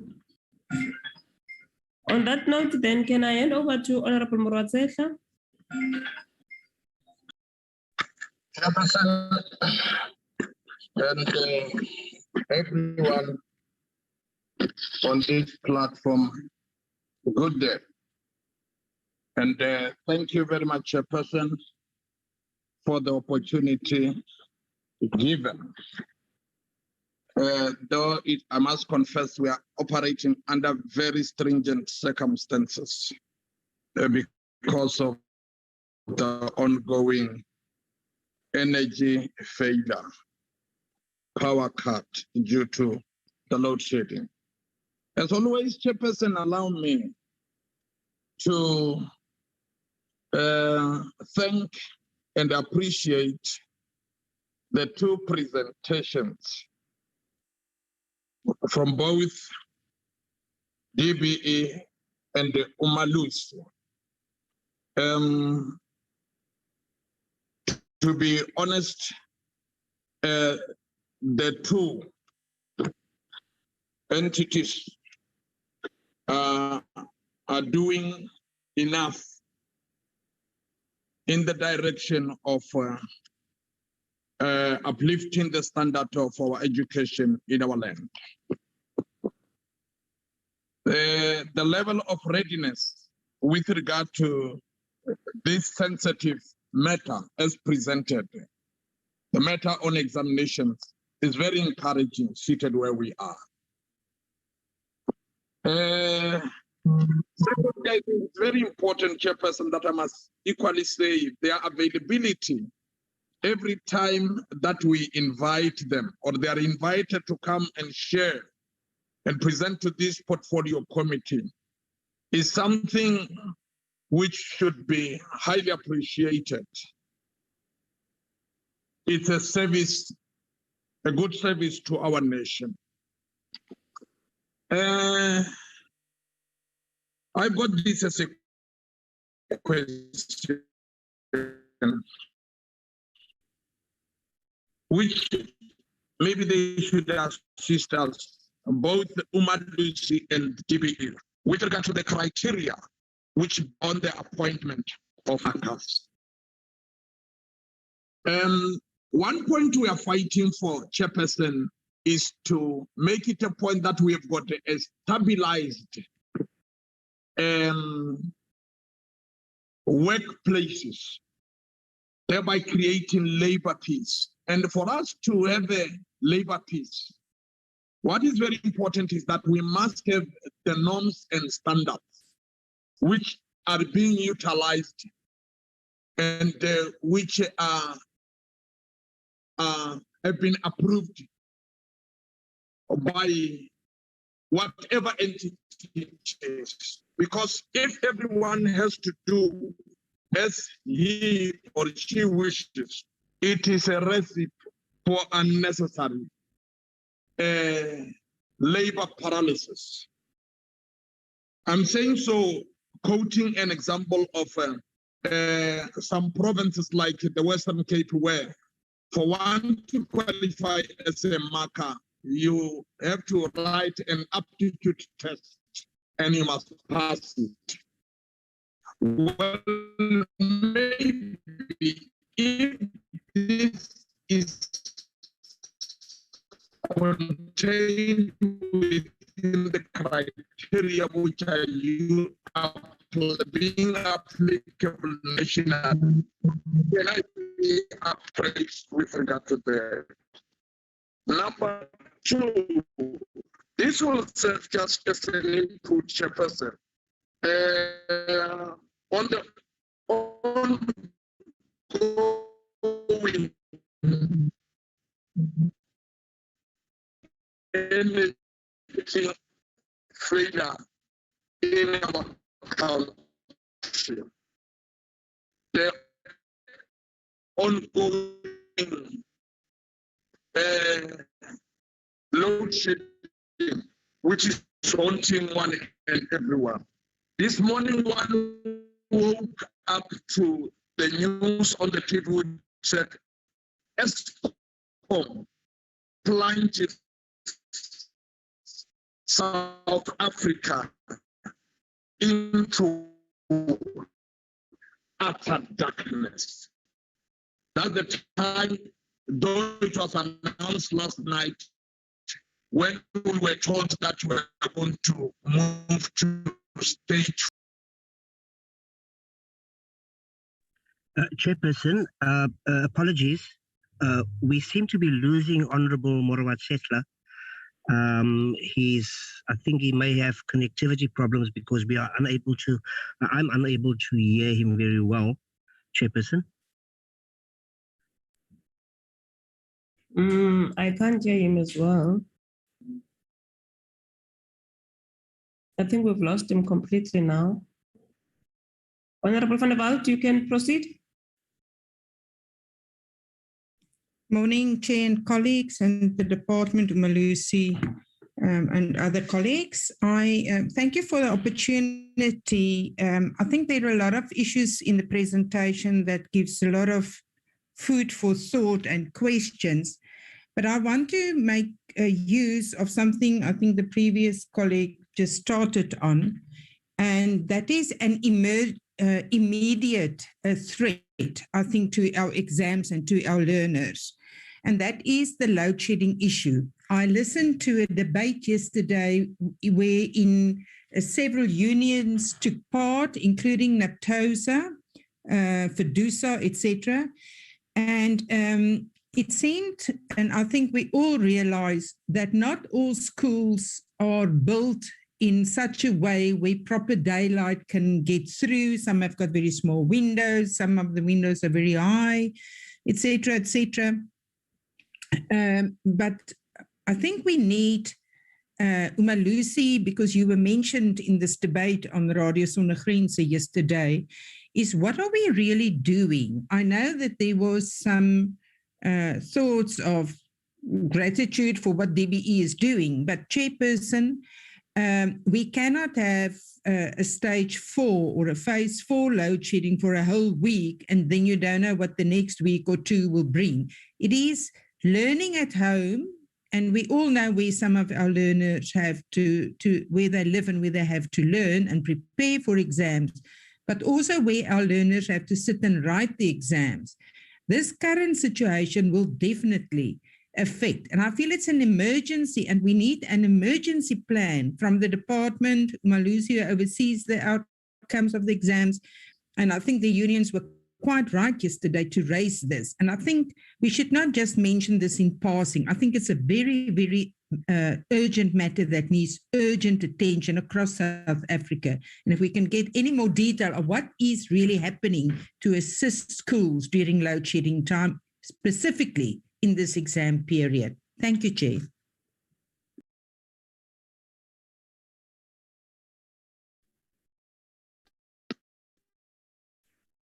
Honorable Notata.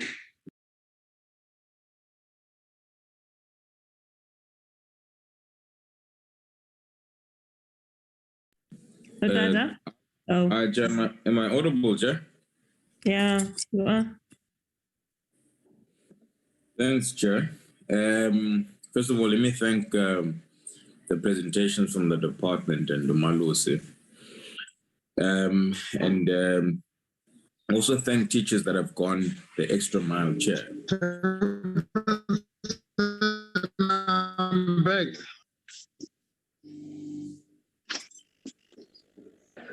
Can I proceed, Chair?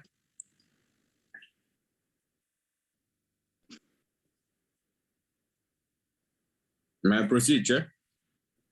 Yes, I think you proceed. Not that Honorable Murotesha, just hang on a bit. We still can't hear you properly. Proceed, Honorable Notat. All right, thanks, Chair. And I was saying that I would also like to thank teachers that have actually gone the extra mile to make sure that we push as much of the curriculum coverage as possible in ensuring that learners at least go into exams being prepared. I do, however, have questions for the department and the Malusi. One, we have seen, to the department, we've seen a massive dropout, since grade 10 for this cohort of learners. Over 309,000 learners to be specific. And in many disadvantaged areas, or in particular, you would find that there's 0 pass rate or 0% matric pass rate schools. Now, keeping this in mind, there's a variety of learner support programs that have been provided, and I think you've presented and gave an extensive elaboration on each of them. I just wanted to check, has the department done an analysis on the effectiveness and the efficiency of these support programs? For example, do we know what the extent, of radio, for example, the radio positively affects learners, we don't measure those, and how, to put resources in place to give support, and then, measure its effectiveness and efficiency in ensuring that we get the best learner outcomes in there. And is there documented reports on these learner support programs and the effectiveness and the efficiency thereof? And, how many learners does it reach? What is the effectiveness? I'm not saying that they're not effective or efficient, but we need to also measure that when we put, resources in place, we ensure that at least they are effective. Secondly, to the department, there seems to be different types of resources available for grade 12 learners, and they differ per province. Is there a reason why that is the case? That, there's different types of support, or is there a standardized way in which, you measure what support needs to be given to grade 12 learners, and then maybe provinces then build on that? Moving on to, as well, there was a presentation about the registration of matric learners. But if you actually look at the comparison of grade 10 and grade 11 registrations, you'll see that there's a massive decline. And if the department can just guide in terms of, are there any specific bottlenecks as to why there is a decline in grade 10 and 11 registrations, which ultimately leads to matric registrations in the system? Is there a bottleneck somewhere in the process, or are the graphs that we're seeing or the presentations on the tables that we're seeing maybe a bit different? Then moving on to Malusi, Chair, there seems to be an indication that the staff shortages across the board, which is indicated as a national problem. What other measures have been implemented or put in place to temporarily address the issue and ensure that the necessary support that is required is given to to the matrics. Secondly, to Malusi, you've indicated that you've done an analysis of, venues being prepared to make sure that it houses learners that might be tested positive for COVID. If a learner is too sick, for example, to write that particular paper, what measures are put in place to ensure that they actually complete the examination? Lastly, Chair, there was a mention in the presentation by Malusi that there was a shortage of markers in September when they did their own evaluation of things. Has the issue been resolved now? Or are there still provinces, for example, that you've indicated that still have shortages in terms of markers?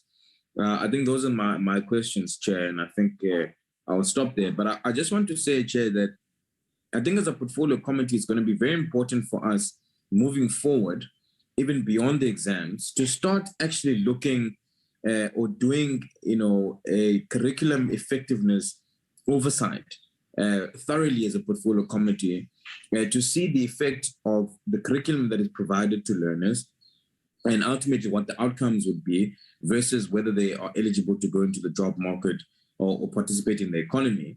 And in terms of these support programs and that has been put in place, the effectiveness thereof in ensuring that it supports the curriculum that has been put in place. And I think it's something that we need to think about, especially in the climate that we find ourselves in. Thanks, Chair. Thank you, Honorable Dr. Maguire. Thank you, Chairperson, and thank you for the presentations that were done today. The first one is not a question, it's a comment, Chairperson, to say I believe this is a setting that forms part of the National Assembly, and all rules that applies to the National Assembly also applies to us, meaning that we are not supposed to appear here with any other, attire that marks our political affiliation. But if you can check on this system here, we have Lusanda Luwaka, who is having a photo here that obviously depicts that she belongs to ANC as the political party. I'm simply suggesting that she should, in actual fact, remove that photo. It's not allowed in this setting. Going to the questions, the first one, even though it has been echoed by the previous honorable members, specifically on load shedding as a problem that we are all facing in South Africa. But I'm putting this question, taking into considerations the students in their home environment about load shedding, to say due to this problem, and then because some of the parents don't have the generators and then solar systems that can obviously kick in when load shedding occurs, to ask whether is there any differentiated learner support that is in place for such an occurrence. The second question, every year we usually hear of examination question paper leaks. It even happened last year. And we saw the deputy minister being the person who was running around and investigating all these matters and so on. But today, during the presentation, I heard Umalusi under monitoring the state of the readiness, where they said contractors are hired to print the question papers. My question is, who has the responsibility? Where can the leakage be? Is it not possible that the leakage can come from these contractors who are responsible for the printing? Because it's not the Umalusi who are taking the responsibility in such occurrence. And to ask directly to say, how will the department, inclusive of the Umalusi, make sure that such occurrence does not happen? The following question is, who is funding the running of the examinations? And how do they account for spendings? Are there risk registers for all exam centers and marking centers? Thank you, Chair. Thank you, Honorable Itzia.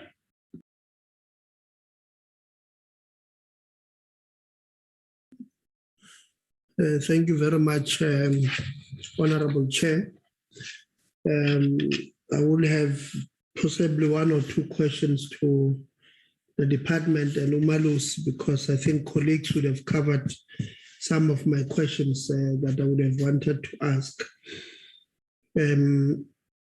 But maybe before I ask questions, maybe let me also ride the bandwagon of this load shedding that will definitely affect the matric class of 2021 negatively. Indeed, as the Principal Morasetla would have said earlier on, that we are now on level 4. We don't know how many students or how many of these matriculants would have been affected last night as they were preparing for today's papers. We don't know how many of them were affected earlier on. We don't know how many schools currently in the country are affected by load shedding as things stand. And I think I think it was Van der Walt who correctly mentioned that some of the schools generally are dark. And I know, I can't remember if it was the department or Umalus who also mentioned that the issue of load shedding do not only affect students in preparations whilst at home, but also even whilst they are at school. When there are load shedding in some instances, Honorable Chair, pump stations, water pump stations are also affected, and therefore kids might be affected by no water as well. So lack of electricity affects a whole lot of other things. Lights in the classroom, they affect the pump stations, and therefore no water for school for these kids at school means they can't relieve themselves in a clean environment in the toilets of these schools. Therefore, we must register our dissatisfaction with the announcement, that from ESCOM that we're now on level 4.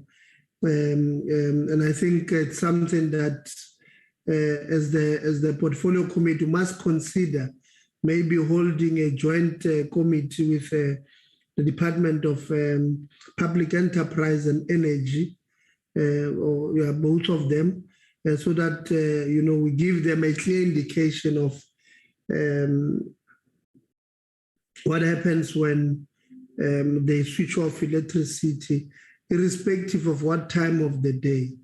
Indeed, some of these parents do not have the means to have generators at home, and therefore it means these kids must either study under extreme difficult conditions of under candlelight, or those who come from seriously impoverished communities do not have the opportunity to study for exams.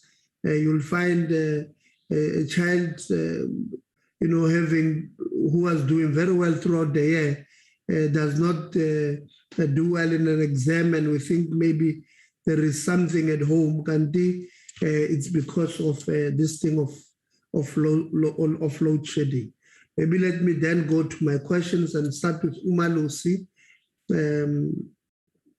Thank Umalusi, Datera Comets and the team for a well-prepared presentation. We really appreciate. It speaks to the real issues that I think at least I would have expected you to cover. There was a slide where you were giving us an indication, a breakdown of all registered students for this particular academic year of 2021, or matric year of 2021. My question there is, do you do we have a breakdown of learners who could not register for one reason or the other, be it lack of ID or any other reason you may have. Out of all the numbers we have given us, we're just giving us the number of learners who had registered. So I was just asking myself if on the same breath, do we have a problem of those who could not register for one reason or the other? And if you do, what would have been those reasons? And what will be their number there? And what is the mitigating passage for them to either write and correct later the issues of registration, or what is the issue there? And if you don't have, that will be good news. But if you have, please report that to us, to the department. I think Honorable Nodad attached this a little bit on the number of learners who have fallen through the cracks from those who started grade 1 in 2009 to those who are doing matric now in 2021. He gave a number of all those numbers that are not there yet. What happened to those? Is it because of possibly the strict measures we are now putting in place in grade 10 and 11, or it's just societal problems we're experiencing like we have experienced throughout the years? And also note, also want to note that at least there's an increased number in all provinces from the learners who had registered from 2020 registered this year as compared to 2020. And then on the mitigating factors that you may have on cheating for those who are writing these exams, what are they? I know most of the students are caught cheating inside the class, inside the examination room by your invigilators. And I would like to implore you to at least try to catch them before they enter the classroom. If it means, must do a thorough search. I'm not sure if our laws allow, but if you may do a thorough search of these learners as they enter examination classroom, so that we eliminate the possibility of them wanting to cheat. I saw on social media one learner who had written what he or she would have thought would be the answers on a mask, underneath the mask, and then they were caught inside the classroom. I'm not sure whether they were eventually caught, but I saw that thing on social media. So what are the mitigating factors that you are putting in place? And then on the number of invigilators you have, are you certain that you have got enough invigilators, taking into consideration the fact that you are now observing social distancing and COVID-19 protocols, meaning instead of kids sitting normally, you'll create some 1.5, 2 meters, sometimes space in between these kids. And therefore, it might mean that you may need more classrooms, convert them into examination rooms. So are you sorted with the invigilators across the country? And if not, what are the mitigating factors that you are putting in place? Thank you very much, Honorable Chairperson. Again, I apologize if I may have taken a little bit long. I've learned that because English is not my strong language or my home language, there are certain points that I must, repeat so that at least we're not lost in translation. I might be speaking in Sesotho in my mind and trying to convert them to English, and therefore some of the points might be missed, but I hope all the points were heard. Thank you very much. Thank you, Honorable Murotsetla, are you back?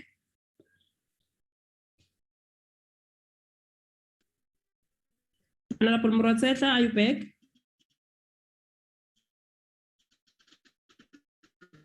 I take it so. No, but we still cannot hear you. You are still. And you are the only. Can you hear me, Chair? I take it so. Hello. Hello. Can you try, but please leave out the prefaces. Can you just get to the point? Oh we are my struggling God. to get you. Still, you can't hear me, Chairperson. Now, I was actually left with, if you can hear me, the moment I started talking about energy failure, that's when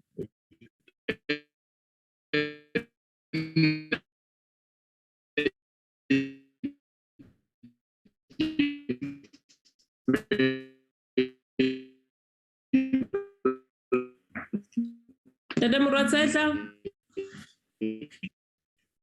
Honorable Muratsetla? But can you hear me now? Chair? No. Hello?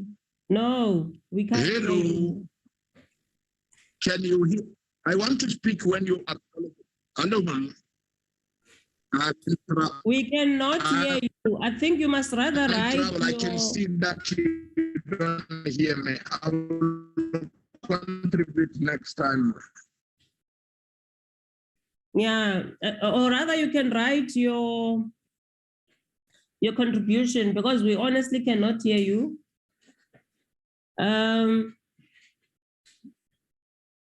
That's it then. Thank you very much to members that have made a contribution to both the presentations from DPE and Umalusi. I am very covered by the members that have raised the comments and rather the questions they have raised.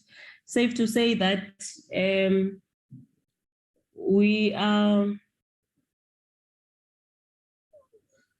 really disturbed, by this load shedding that is happening in our country, particularly this time. But we want to commend the department. We want to commend Umalusi for being prepared amidst all the challenges that are happening in our country. We want to commend you for the preparations, for making sure that all our candidates that have been registered are sitting for the examinations. We know that you are going to deliver. You have been delivering throughout the country. We do not doubt your professionalism. And we must commend the department as well to make sure that you curb everything that might affect our children COVID-19 wise. So we wish for the best. We know that you are going to deliver. And I believe you've got also, you have tried to deal, I know you are going to respond on that, on the issues of the leaked papers or papers that might leak, what you have. So with that as it may, I think I'm going to allow then Dr. Whittle, I'm going to allow you to lead the responses, and then you will be able then to give over to the department and Umalusi to give the responses as well. Thank you very much, Dr. Whittle. Thank you very much, Chairperson. I am going to invite Dr. Polia to lead in terms of the responses, then hand over to Dr. Rakumetsi, and then I'll close, Chair. So Dr. Polia.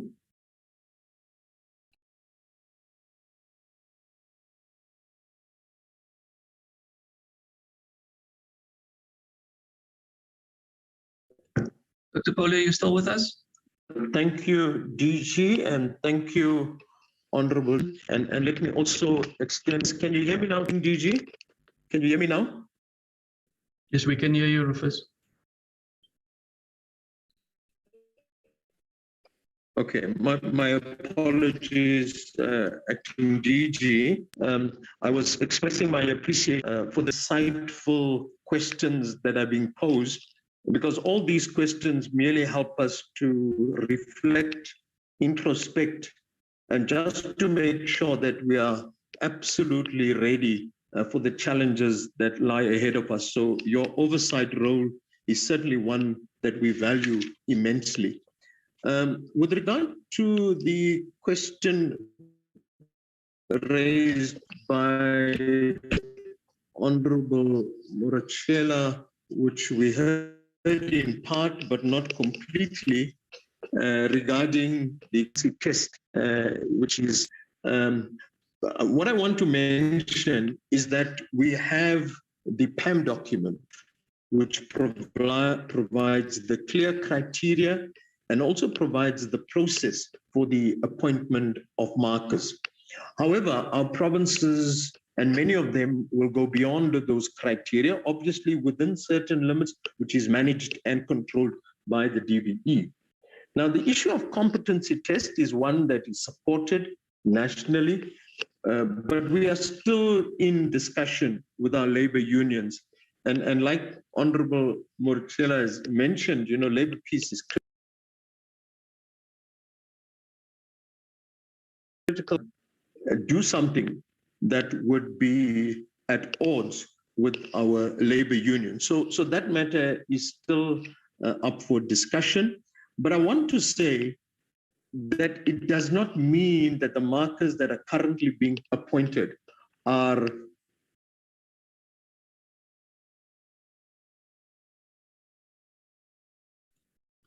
Dr. Polo, you've muted yourself. There we go.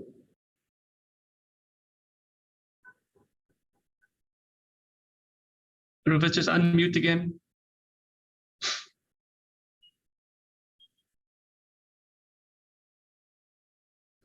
Okay, Chair, maybe we should return to Dr. Polia.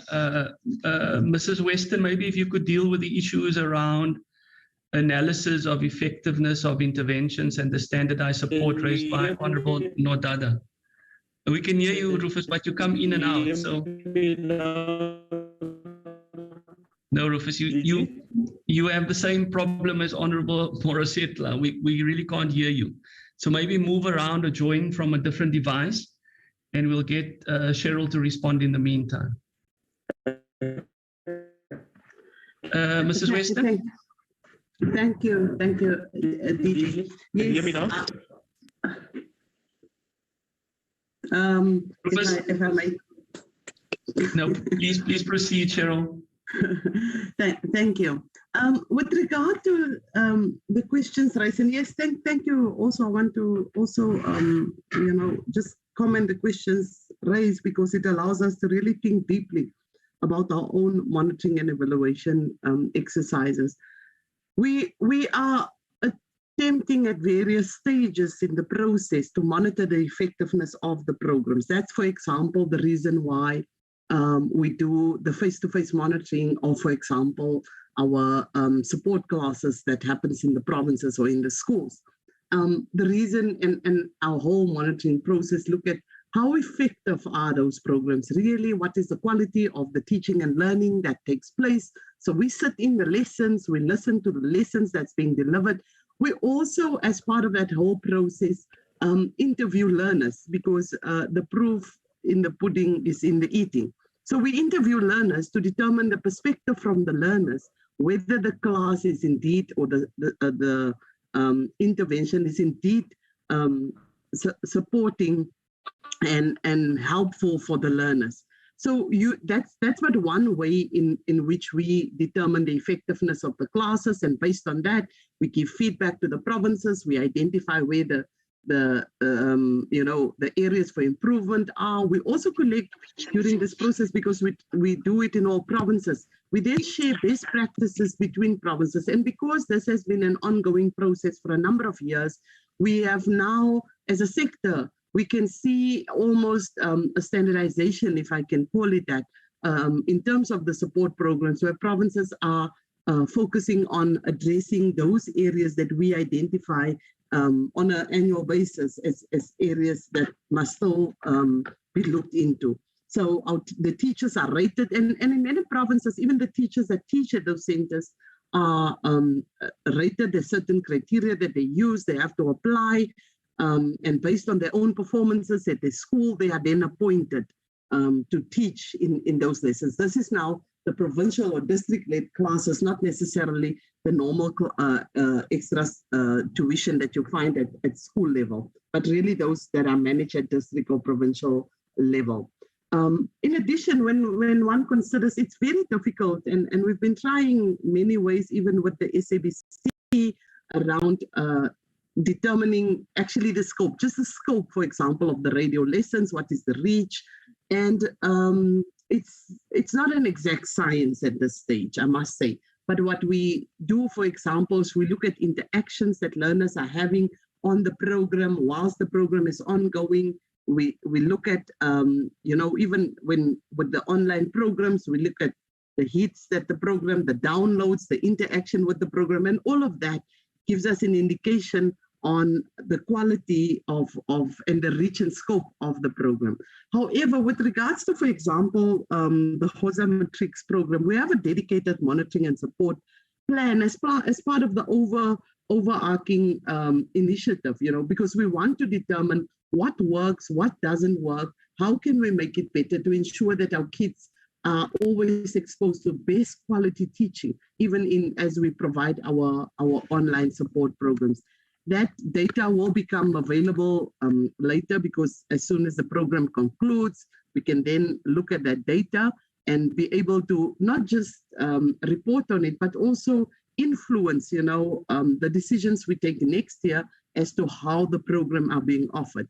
If one compares, for example, the Hosa Matric program last year, the broadcasting on television, and this year, one of the key changes one can immediately say is the time of the program or the timing of the program. Last year, our programs were offered mostly in the afternoons, and based on our monitoring and interaction with learners as we're evaluating the effectiveness of the program, it then indicated that that afternoon slot is not the most suitable slot. So our programs are running much later to ensure that learners really are able to benefit from the program, and we use the input and the data that we receive from such monitoring and support programs. But even within provinces, and we have a fair amount of data around that, provinces themselves, who as part of the entire intervention program, it's a standard process now in all provinces, especially when one look at your bigger initiatives like your vacation schools, where there is pre-testing or learners are subjected to a pre-assessment, then the intervention, and then a post-assessment. And that data is then used to determine what is the effectiveness of this particular intervention, comparing the pre and post-test results. In addition, some of the testing goes further to test learners when they're back at school, after the intervention is run, because, that week one can argue always that you can't really see the impact of an intervention after a week. So therefore, this is many provinces, as part of their big programs and as part of their monitoring and evaluation, then run post-testing, either as a separate post-testing initiative or comparing the data of, for example, if one compares your mid-year and your preparatory examination results, which can clearly show you whether your interventions are in fact effective, are they making a difference? And we've had a number of instances over the years based on the data where certain interventions have been dropped and some have been brought further to scale because of the impact that it's having on learner performance, proven effectiveness in terms of improving the learner performance. On the question on why there are different support initiatives in the various programs, we would understand that we have a diverse country. Each province is really very diverse. And in terms of the needs of the province, is also very diverse. So provinces, based on their own context, then further augment, because we have a standard package of support which we offer from the national department. But provinces, of course, it doesn't nearly compare to the scope and size of what provinces themselves offer. But we have also found evidence that in a number of provinces, initiatives are, for example, extended beyond provincial borders. I'll use the telematics as an example, where the telematics program, it is an internet-based program or that is offered. It started with the University of Stellenbosch in the Western Cape, but now we have the same initiative being offered in schools in 5 of our provinces.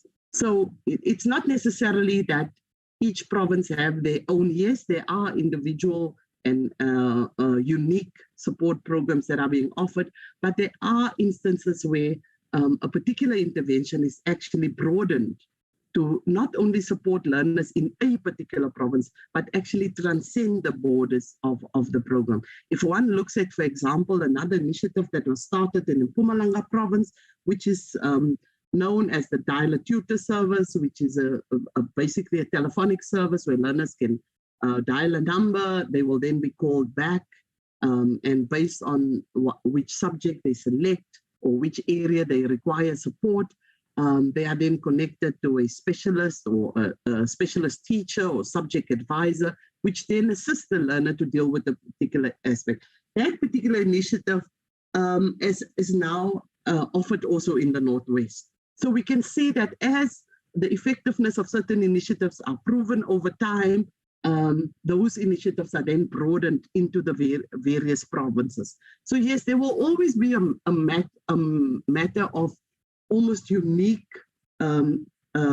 support that is offered. If one considered, for example, in Gauteng, which have a very long-standing program called the Secondary School Intervention Program, which basically is between February and October, they offer Saturday classes in identified schools across the province, which is then, very standardized with focusing on particular challenging areas based on the diagnostic reports.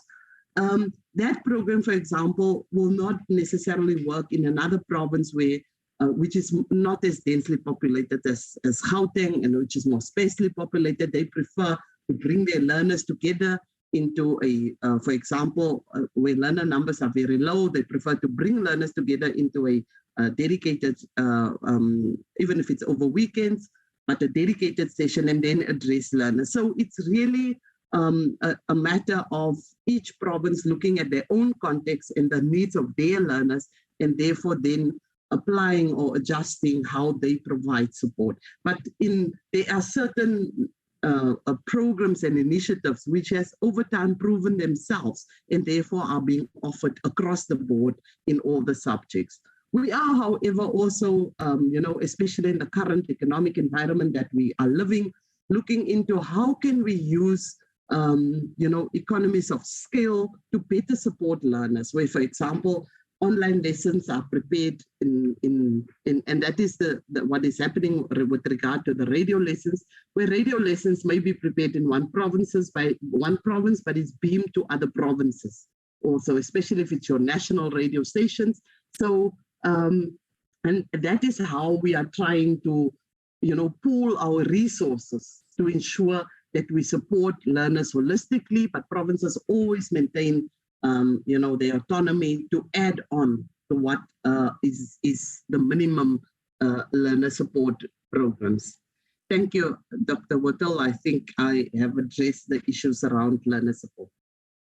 Thank you very much, Ms. Weston. Dr. Polish, shall we try you again? My apologies, Honorable Chairperson and members. We are on load shedding at the moment. Can you hear me now, Acting DG? Yes, we can hear you fine, Rufus. Oh, thank you so much. Thank you so much. Yeah, just going back to the issue raised by Mr. Honorable Morichela regarding the competency test. And the point I was making is that the criteria and the process for the appointment of markers is stipulated clearly in the PAM document. So all provinces across the board comply with the PAM criteria, and that is strictly monitored by both the DBE and Umalusi. There are provinces that will go beyond the minimum criteria, and Western Cape is one of them, that administers a competency test, and the competency test is supported. However, we are still in the process of discussion with our labor unions in terms of having this element of assessment of markers embedded and promulgated as part of the PAM document. But as I indicated during my presentation, there are a number of other mechanisms that we utilize to make sure that the most competent markers are appointed. And one of them, which I described, was the issue of making sure that markers are able to comply to a tolerance range. And only if they can prove over a series of scripts that they can comply to the range that is allowed, are they authorized. So a marker may be appointed, but if he's not authorized after having reported to the marking center, then he will not be allowed to mark. And that is clearly stipulated. But this is something we'll continue to report to the portfolio committee on. The issue of load shedding, and I'm sure Acting DG will also comment on that, just to indicate to the Honorable Chair and members that we are in constant contact with Eskom. In fact, we've set up a series of meetings with them. We are virtually in daily contact with them through a group chat, and they alert us. But unfortunately, they've not been able to assist us in this particular regard. And the point they always make is that we have exam centers scattered throughout the country. So it's therefore impossible to isolate your exam centers from the other areas. And they've asked us to try and liaise with our provincial departments and see whether our provincial departments could actually assist, because it's the provincial units of Eskom that really switch off the electricity at particular time. But I must admit, we have not been successful, and our DG has requested for an urgent meeting with the CEO of Eskom, and that will happen over the next few days to see what can be done to deal with this. And we agree 100% that it is an urgent matter which requires an emergency solution. Honorable Nodada, raised another very important point about the massive dropout of learners, particularly from grade 10. This is certainly on the radar of the DBE. It's a matter that we're dealing with. And I think we know in part the reasons for the dropout. And I think it's learners not being able to cope with subjects that they have selected when they transition from grade 9 to grade 10. And this is when they now select their 7 subjects, and poor learner performance is shown to be one of the main reasons for learner dropout. But it's certainly a matter that we are dealing with. And what is very important is that to look at the improvement in the retention rate moving into grade 11 and finally in grade 12. We're also aware that our schools tend to allocate their best resources to grade 12. And as a result, grade 10 and grade 11 may not be given the kind of attention that we give grade 12. And that is something, Honorable Chairperson, that we're also dealing with. With regard to schools that perform at 0% pass rate, now this is something we monitor with hawky eyes. And whenever results are released, that's possibly one of the first analysis that we hone in. We then, together with the provincial departments, will make sure that those schools are visited and given attention. Now, we found that in most cases, schools that produce 0% in the matric exam are normally your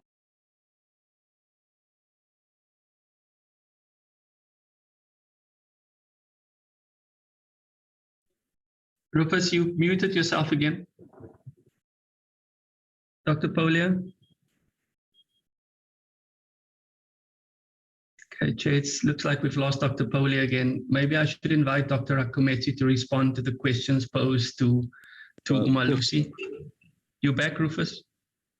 Or did you lose me? We lost you for a minute or two. So Okay. maybe just repeat the last point you were making. Yeah, what I was saying is that in the case of the 0% pass rate, those schools are closely monitored, and we make sure that they do not repeat that kind of performance. And firstly, to find out what caused that poor performance. And in most cases, the point that I was trying to make, it's your adult centers, your finishing schools, and not the normal public schools that produce this kind of performance. With regard to evaluation of programs, I think Ms. Weston has covered that adequately. And the issue of learners not being able to write for whatever reason. Now, let me just say that we go out of our way to make sure that, firstly, a learner who is at school, all our learners, and that we can attest to, will write the exam. There's no problem with that.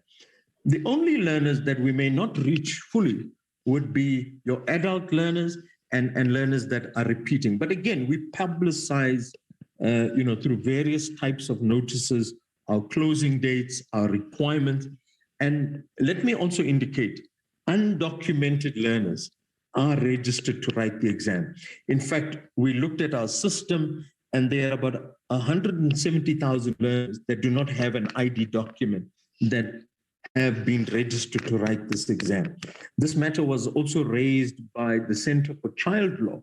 There were 1 or 2 learners who were undocumented and were not registered. That was brought to our attention. We had them registered immediately, and that problem was given attention. So as a matter of policy, we do not exclude learners for any reason, provided they comply with the minimum requirements in terms of writing the exam. And like I mentioned in my presentation, if a learner pitches up in an exam center, is not registered, in terms of our policy, we allow the learner to write the exam and then investigate the reasons for his or her non-registration.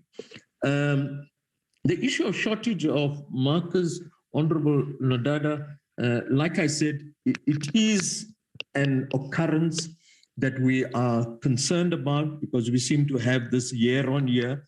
And it seems as if some of our eligible educators are not applying simply because marking is a residential process.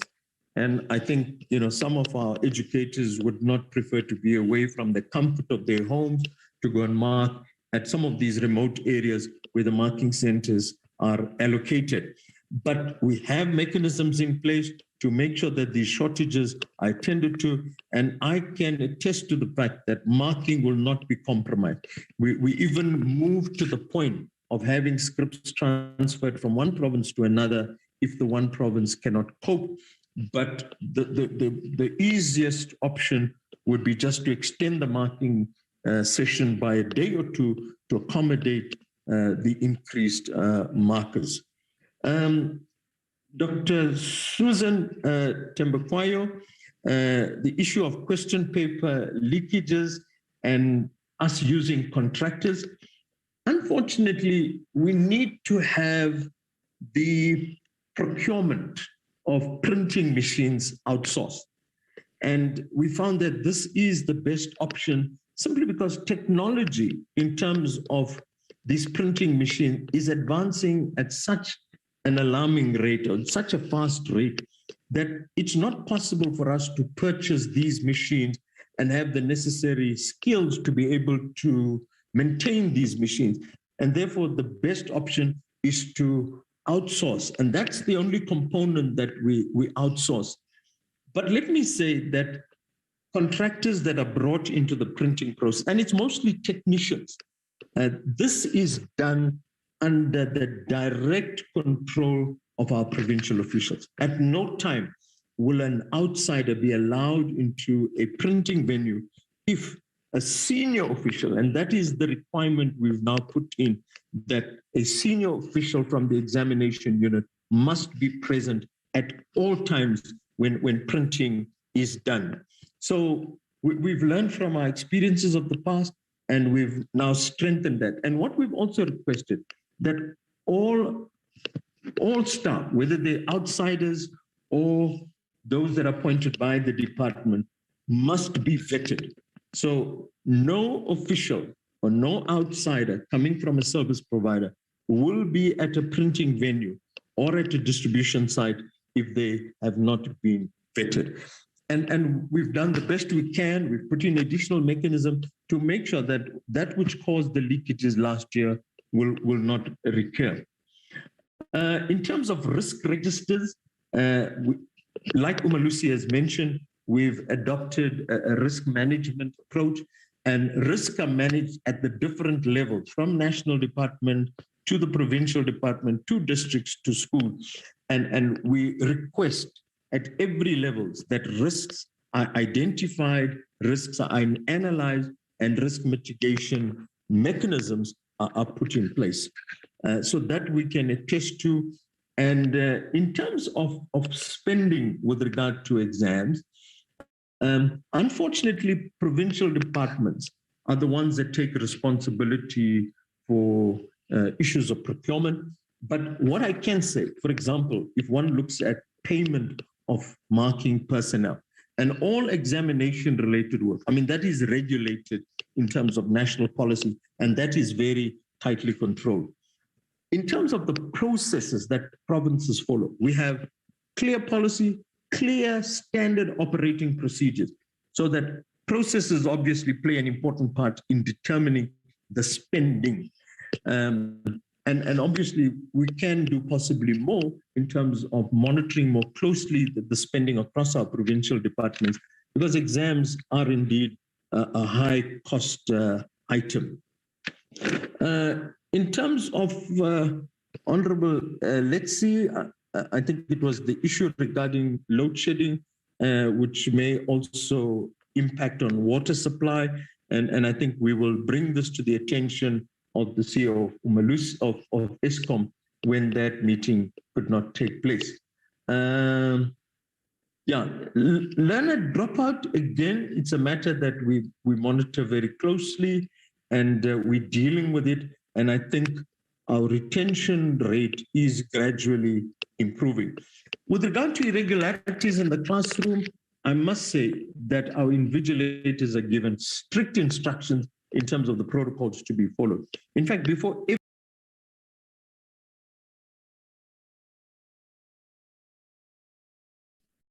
Dr. Paula, you've muted again.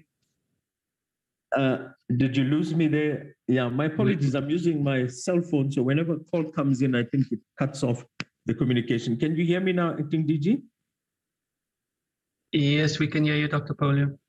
Yeah, my apologies. I was referring to the question raised by Honorable Letsi regarding the irregularities in the classroom. And the point that I was making is that we are absolutely strict. Before the commencement of every examination, there's a set list of instructions that are read out.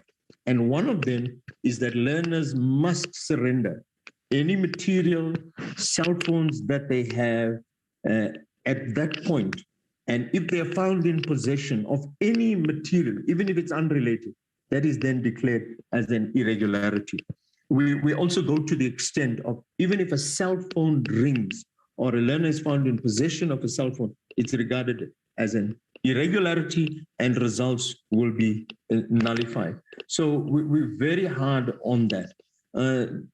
Acting DG, I think I've covered most of what was recorded by me, and maybe I'll stop and take any additional issues that are raised. Thank you, Acting DG.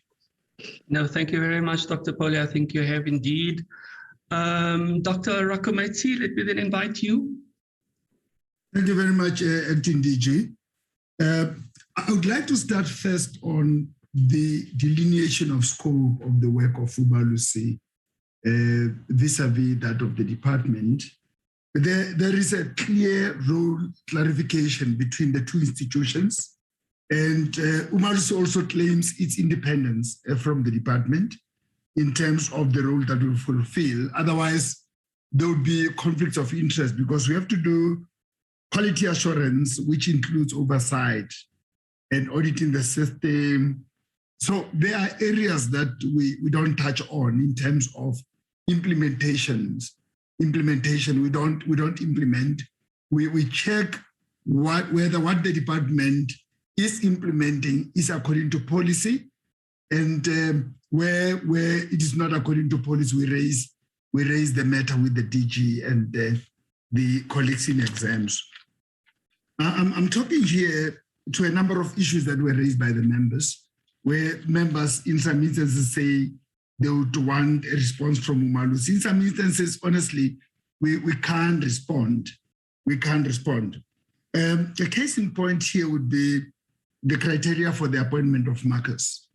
What we do is we go and do oversight to check whether the appointment of markers is according to established policy.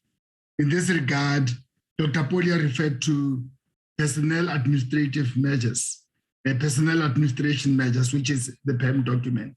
We check whether the PEM document is followed, and anything extra that they do to strengthen their system would not object to that in terms of the criteria being strengthened so that the provinces appoint quality markers. The issue of load shedding has been raised by a number of honorable members. It is a big issue. It is depressing when you look at how it affects the opportunities of the students and how it affects our education system negatively, and the negative psychological impact that it could have on the students. I'm thinking here of a student who is just sitting ready to study.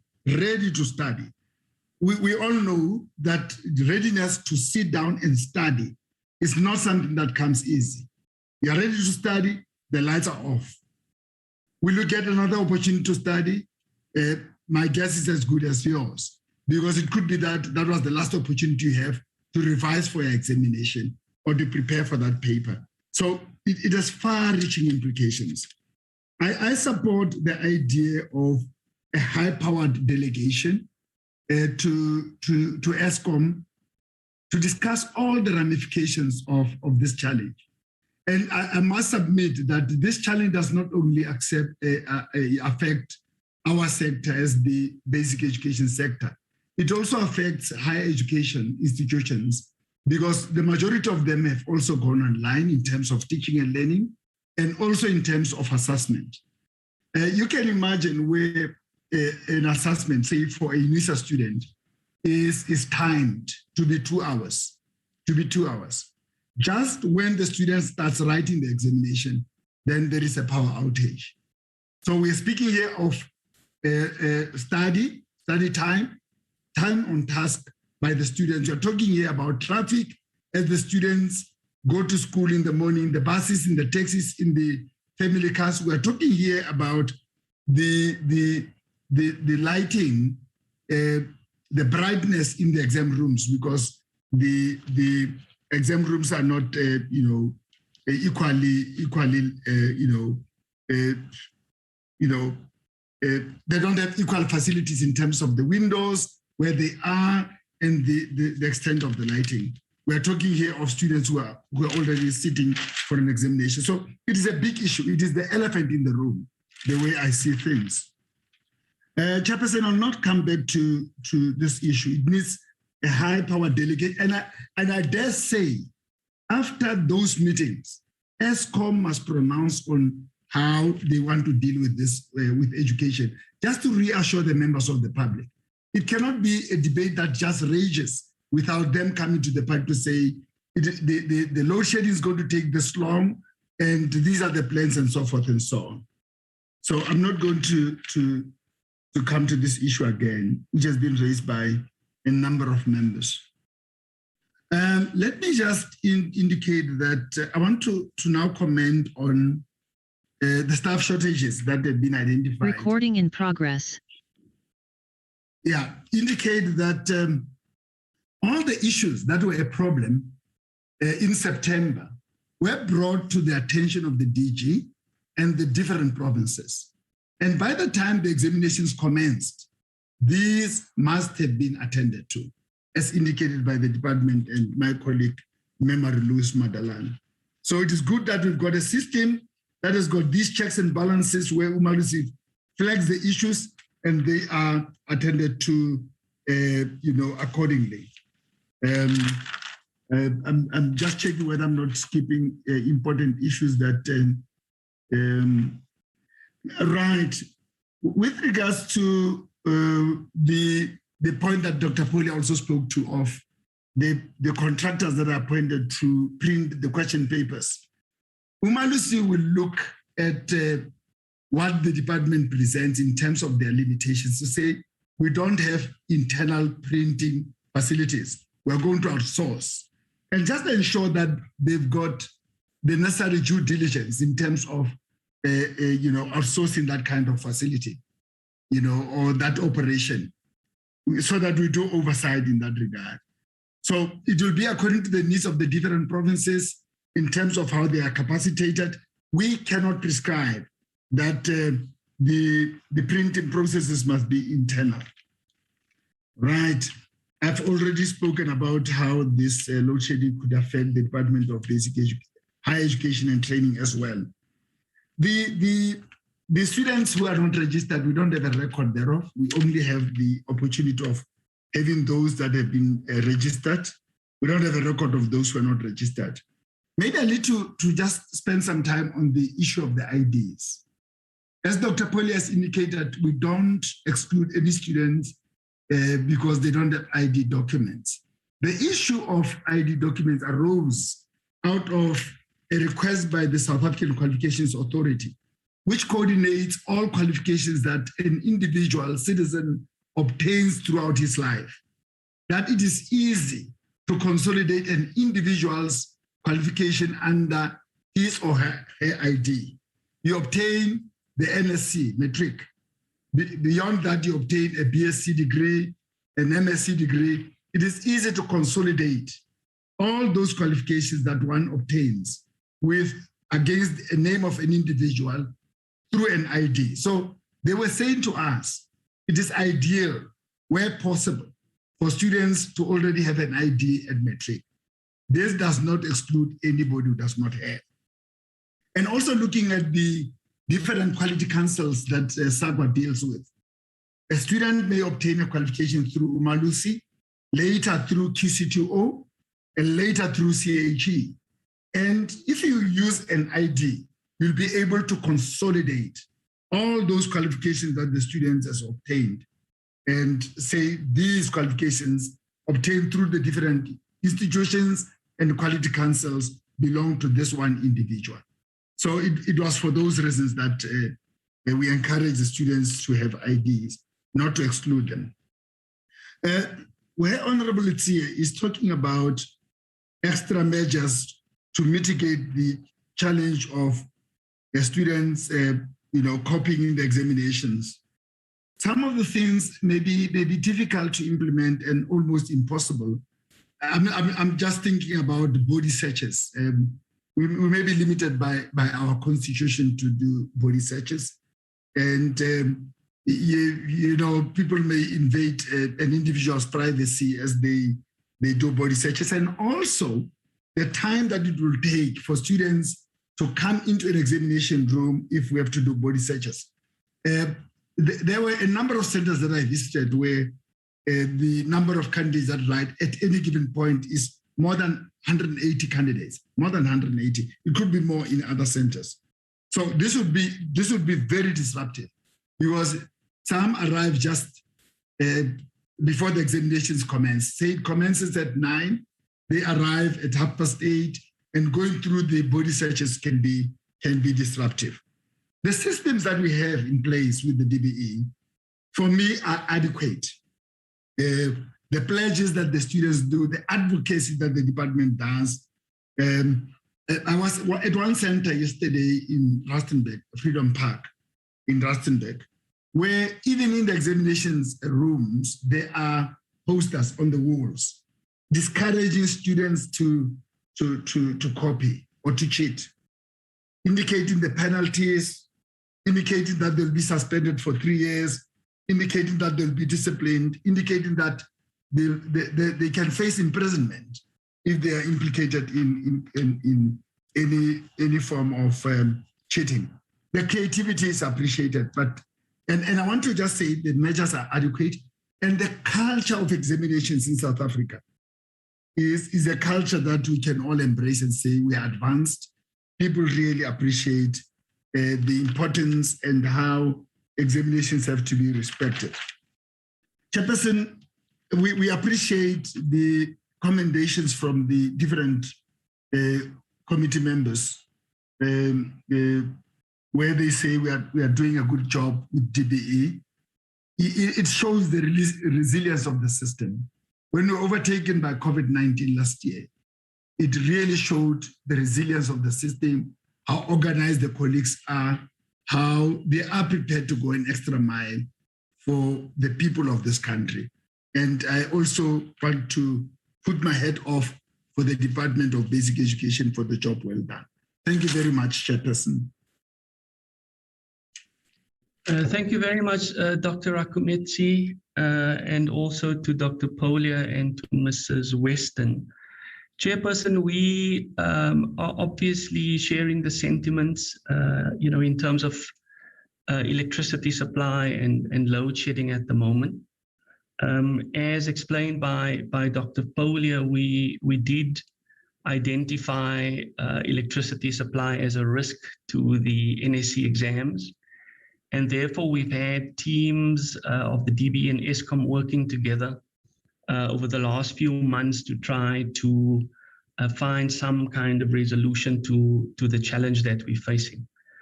Unfortunately, as Dr. Polia has expressed, our efforts working with ESCOM has not been very successful, and it has compromised, obviously, the process of the examinations going forward. We are concerned, as Dr. Polia has explained, we've got a long way to go till the 7th of December, or the 8th if you take into account the technology subjects. And so it is a matter of grave concern to the Department of Basic Education. We've reached out both to the ESCOM senior management as well as to the senior management of the Department of Public Enterprises. I've just had communication from DG in Paris that he's been speaking to the DG of DPME, and what has been agreed is that as a matter of urgency, we will have a two senior delegations from the senior delegations from the three entities meeting as a matter of urgency to see whether we can find some resolution to the challenge that we're facing. So, Chair, we are trying to address these issues at the highest levels possible. And, what we can undertake is to provide ongoing feedback and reports to the Portfolio Committee. Certainly after the meeting that we've had, we'll make an effort to communicate with the committee as well. But as I've said, Chair, this is a matter that we are trying to deal with. It's obviously very difficult circumstances. As Dr. Akumetsi has explained, it's not just about what happens on the day in an examination room, but also how learners are able to prepare in the run-up to sitting for exams. But it is a matter that is receiving our attention and something that we will come back to the committee on. So thank you very much, Chairperson. Thank you for the opportunity. Back to you.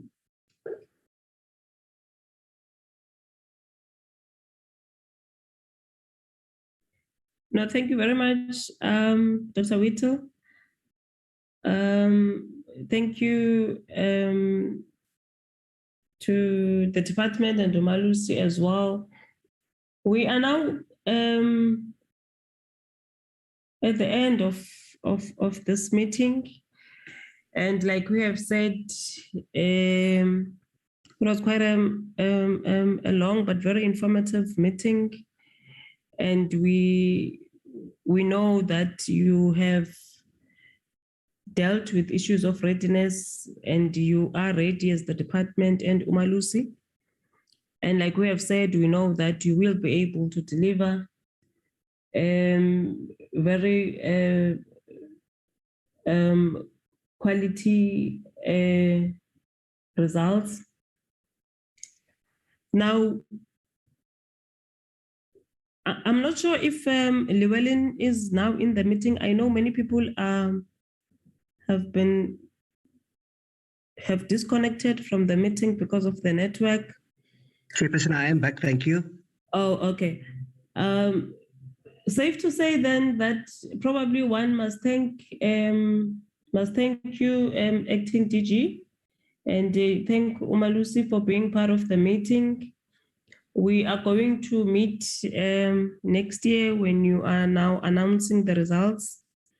And to Umalusi, hopefully you will have a very busy December as usual, but you must enjoy your festive season. And hopefully our children are going to pull through under these difficult times of both COVID and load shedding. They are going to be able to make our country proud come next year. Thank you very much, Umalusi. And thank you, Dr. Whittle and your team for being part of this meeting. I will allow you then to leave us, both of you, from the meeting. Thank you, Chairperson. Thank you, members. We are meeting again at, is it 4? It's at 4, yes, Chair. Yeah, we're yes, meeting at 4 for the annual report. Okay. Thanks, Chair. Thank you. Bye-bye. All right, Chair, bye. Bye.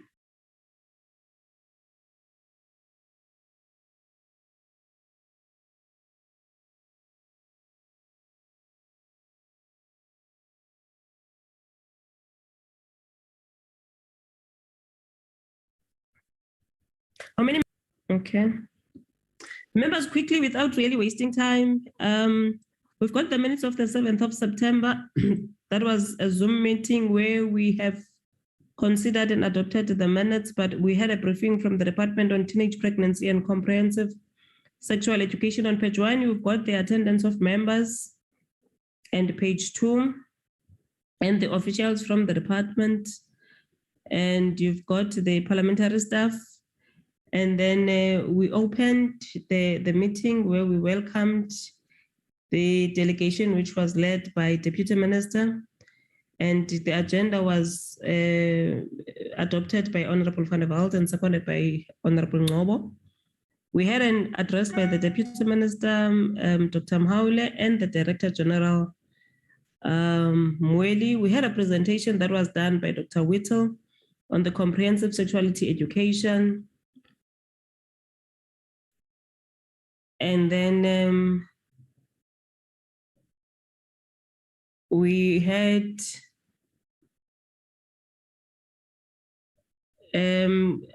our observations.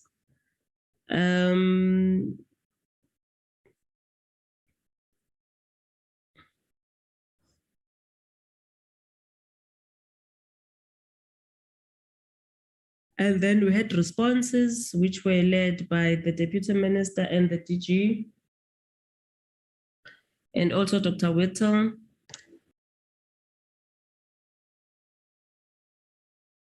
And then we concluded the meeting. And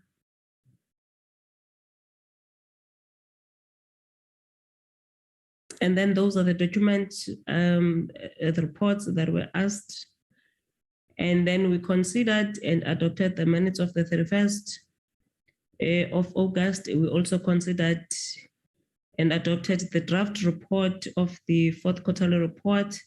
And then we adjourned the meeting at 1:06. Any corrections?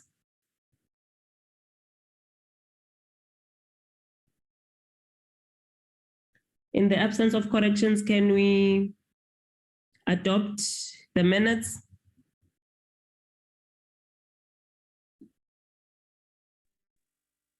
Chairperson. Yes, Honorable Swela. I move for the adoption of the minutes. Thank you so much. Any seconder?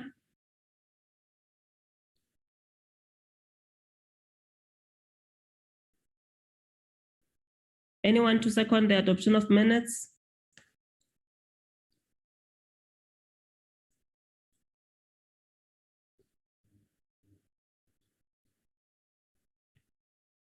Honorable members, can we get somebody to second the minutes?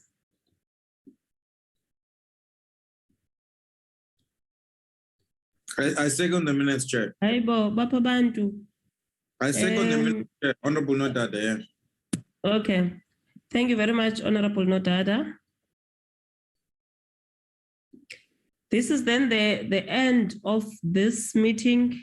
We are going to have our second meeting at 4 o'clock. Hopefully that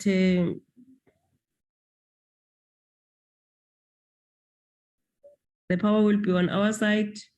Thank you very much, honorable members. The meeting is then adjourned.